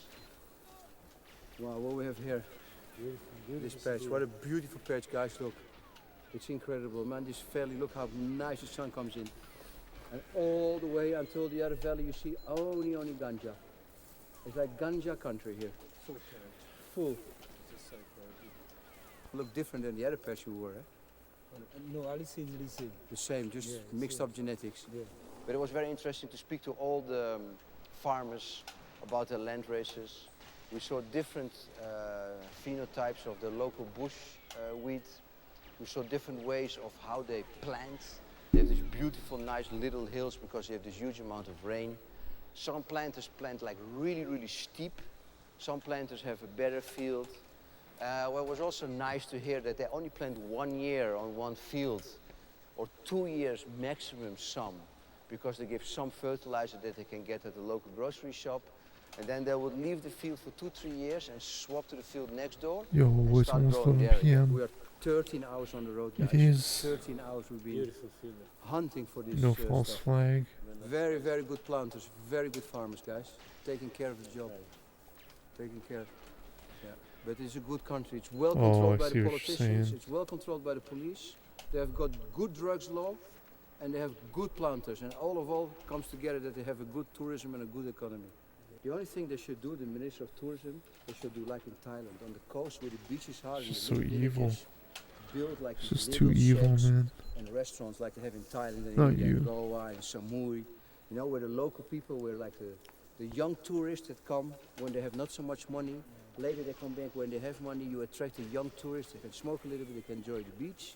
Because now it's a lot of tourism that goes to Backway and Mystique. But this main island, look how beautiful. And it really is the Ganja Island.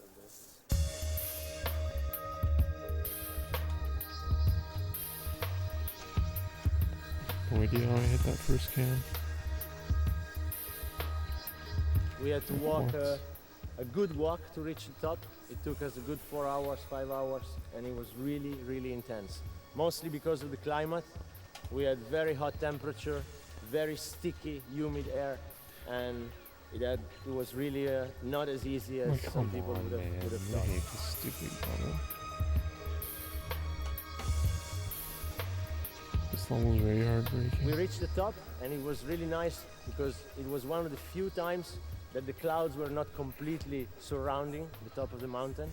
So we had really good views of the crater, and we had the chance to rest a little bit, eat something all the way on top, get back some energies for the descent.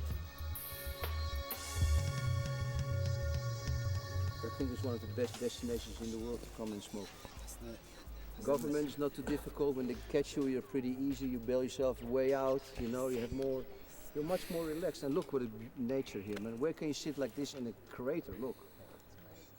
This Ganja Island. Ganja, and just Ganja around Mountain, man. Ganja Mountain, and just around all those hills. We're gonna go down. We're gonna have a look at 2, 3 more fields. It's everywhere. It's ganja, and you know volcanic ash. Man, it's the best soil. It's probably the best soil in the world. Also in Hawaii they have one of those things now where great All the marijuana volcanic grows. islands grow grape vine.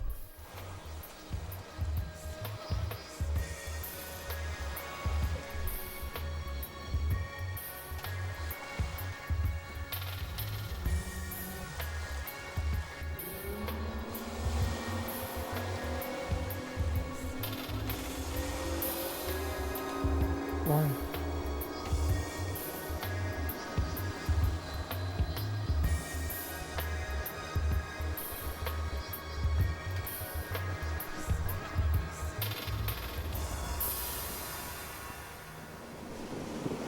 You want to have a look? And everywhere there, huh? Yeah, I might just play for 5 more minutes. Look how high they even I know I said that like half an hour one ago. line they stop, huh? That's pretty much the halfway point of Sufria. But I think I might be like done. But man, this side of the island For is the tonight. most prolific. Like every hill, every little valley has something. It's beautiful. I might watch the end of this episode. Maybe. So, you want to have a really, I'm really gonna good sign off in holiday. like 5-10 minutes, but I'm gonna make my laundry. Big fat and ass villa in Beckway or Mystique with your best friend. You organize a big powerboat. Yeah. You blast to the other islands. You walk up to the volcano, so you do good training for you and your friends. You have a nice lunch somewhere in the bush. You smoke a big fat joint. You have the best day of your life. You come back in the night in your villa. You chill. You smoke another one. You go to sleep and you do the next day the same. We call it pura vida. Pura vida.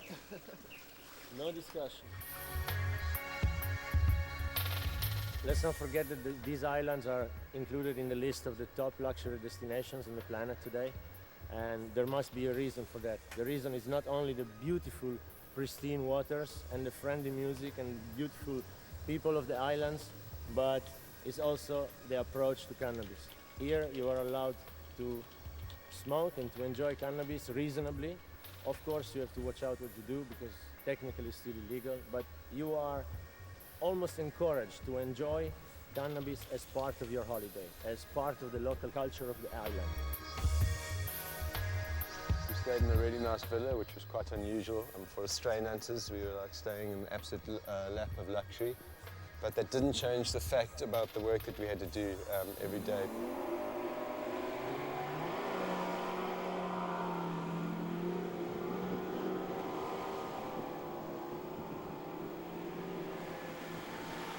We decided after renting our villa and scouting around to hide out on Beckway and Mystique.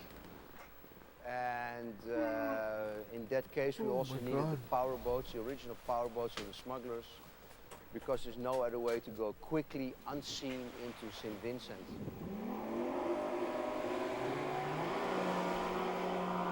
Using the boat was a lot of fun, but at the same time required a lot of logistics around it.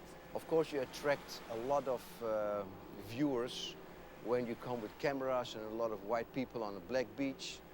So we decided to do this really, really rapidly. We've asked the locals to see where can we land quickly, all on a powerboat. We are there in 30-40 minutes from our island to the main island. We jump off or on the boat. We go straight into the jungle to the fields. Nobody sees us, so we are very, very safe and we are very fast. It saves a lot of time. It's cheaper in the end, and it's much more fun.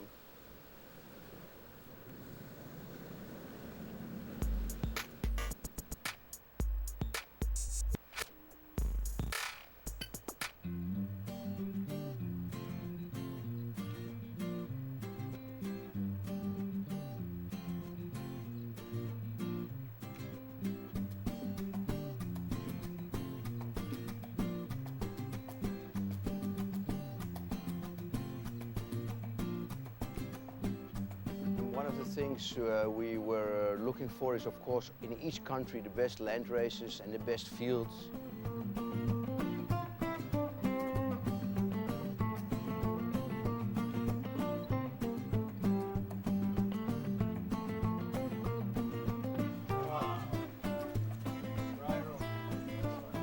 Look at this, guys.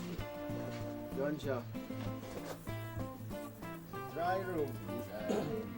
Mobile dry room. That's a little bit different than we do it, eh? Yeah. Look here, there's nice sound with all the wood and the cloth.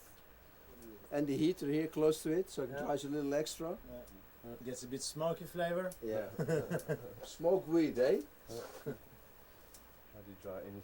And weed smells really nice, eh? Yeah, it smells really sativa Yeah, high, very clear. nice. Crystal clear high. Yeah. Smells a little bit away in snow direction, eh? Yeah. Eh? Yeah.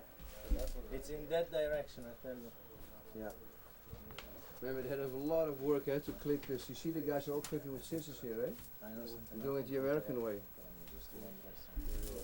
Great smell, guys. Really, really great smell. This I want to smoke. I'm going to keep this one for myself. That's for you, man.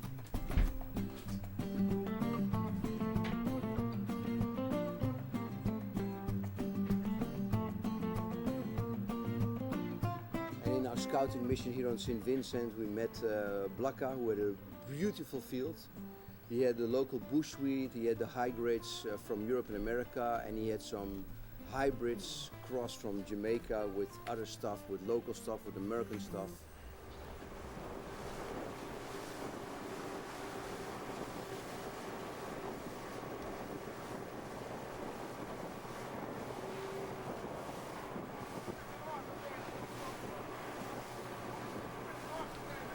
Unfortunately, when we arrived here on the first day, we find him completely devastated.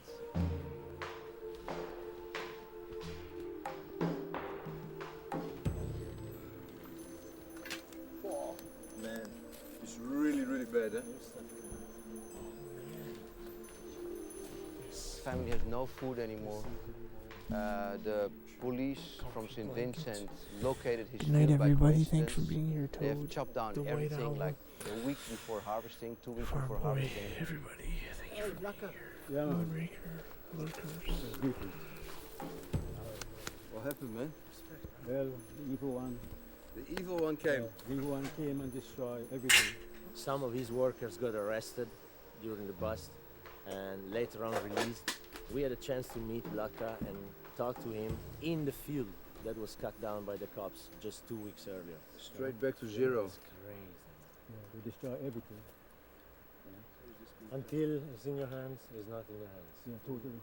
The best field, Simon. This was the best field when we were scouting 2 months ago. You remember, 3 months ago? Yeah, man. This was such This a beautiful. was big plans. This thing reminds us that prohibition still goes on, even in these nice, friendly, tolerant islands, and that the war is never over until it's legal.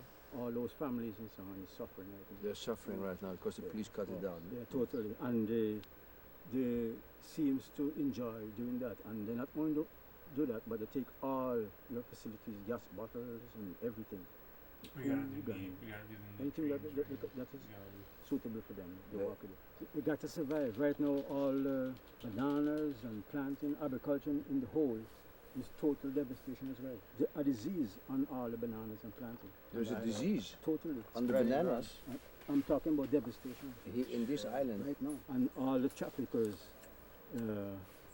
now refusing these plants. Yeah, and yeah, it's all not allowed because if you import bananas with a disease, other countries going to make problem. And so this is big economic crisis also then. Yeah, for the definitely. people. So The people are hungry. Yeah. So people are hungry on the island, and like the little money that is coming in mostly is from the herb. Yeah. So basically, what you're saying is that because the police cut down the plants, there's going to become more violence and crime in the Yeah, street. not saying I am going to do that. No, but some of them are going to do this because but they the need food, majority no? is going to do that because they have family. Okay, if I look at the geography of the island, man, I mean, they can't stop it. No, matter there's how no hard way they to try. stop it No because way the they sea can is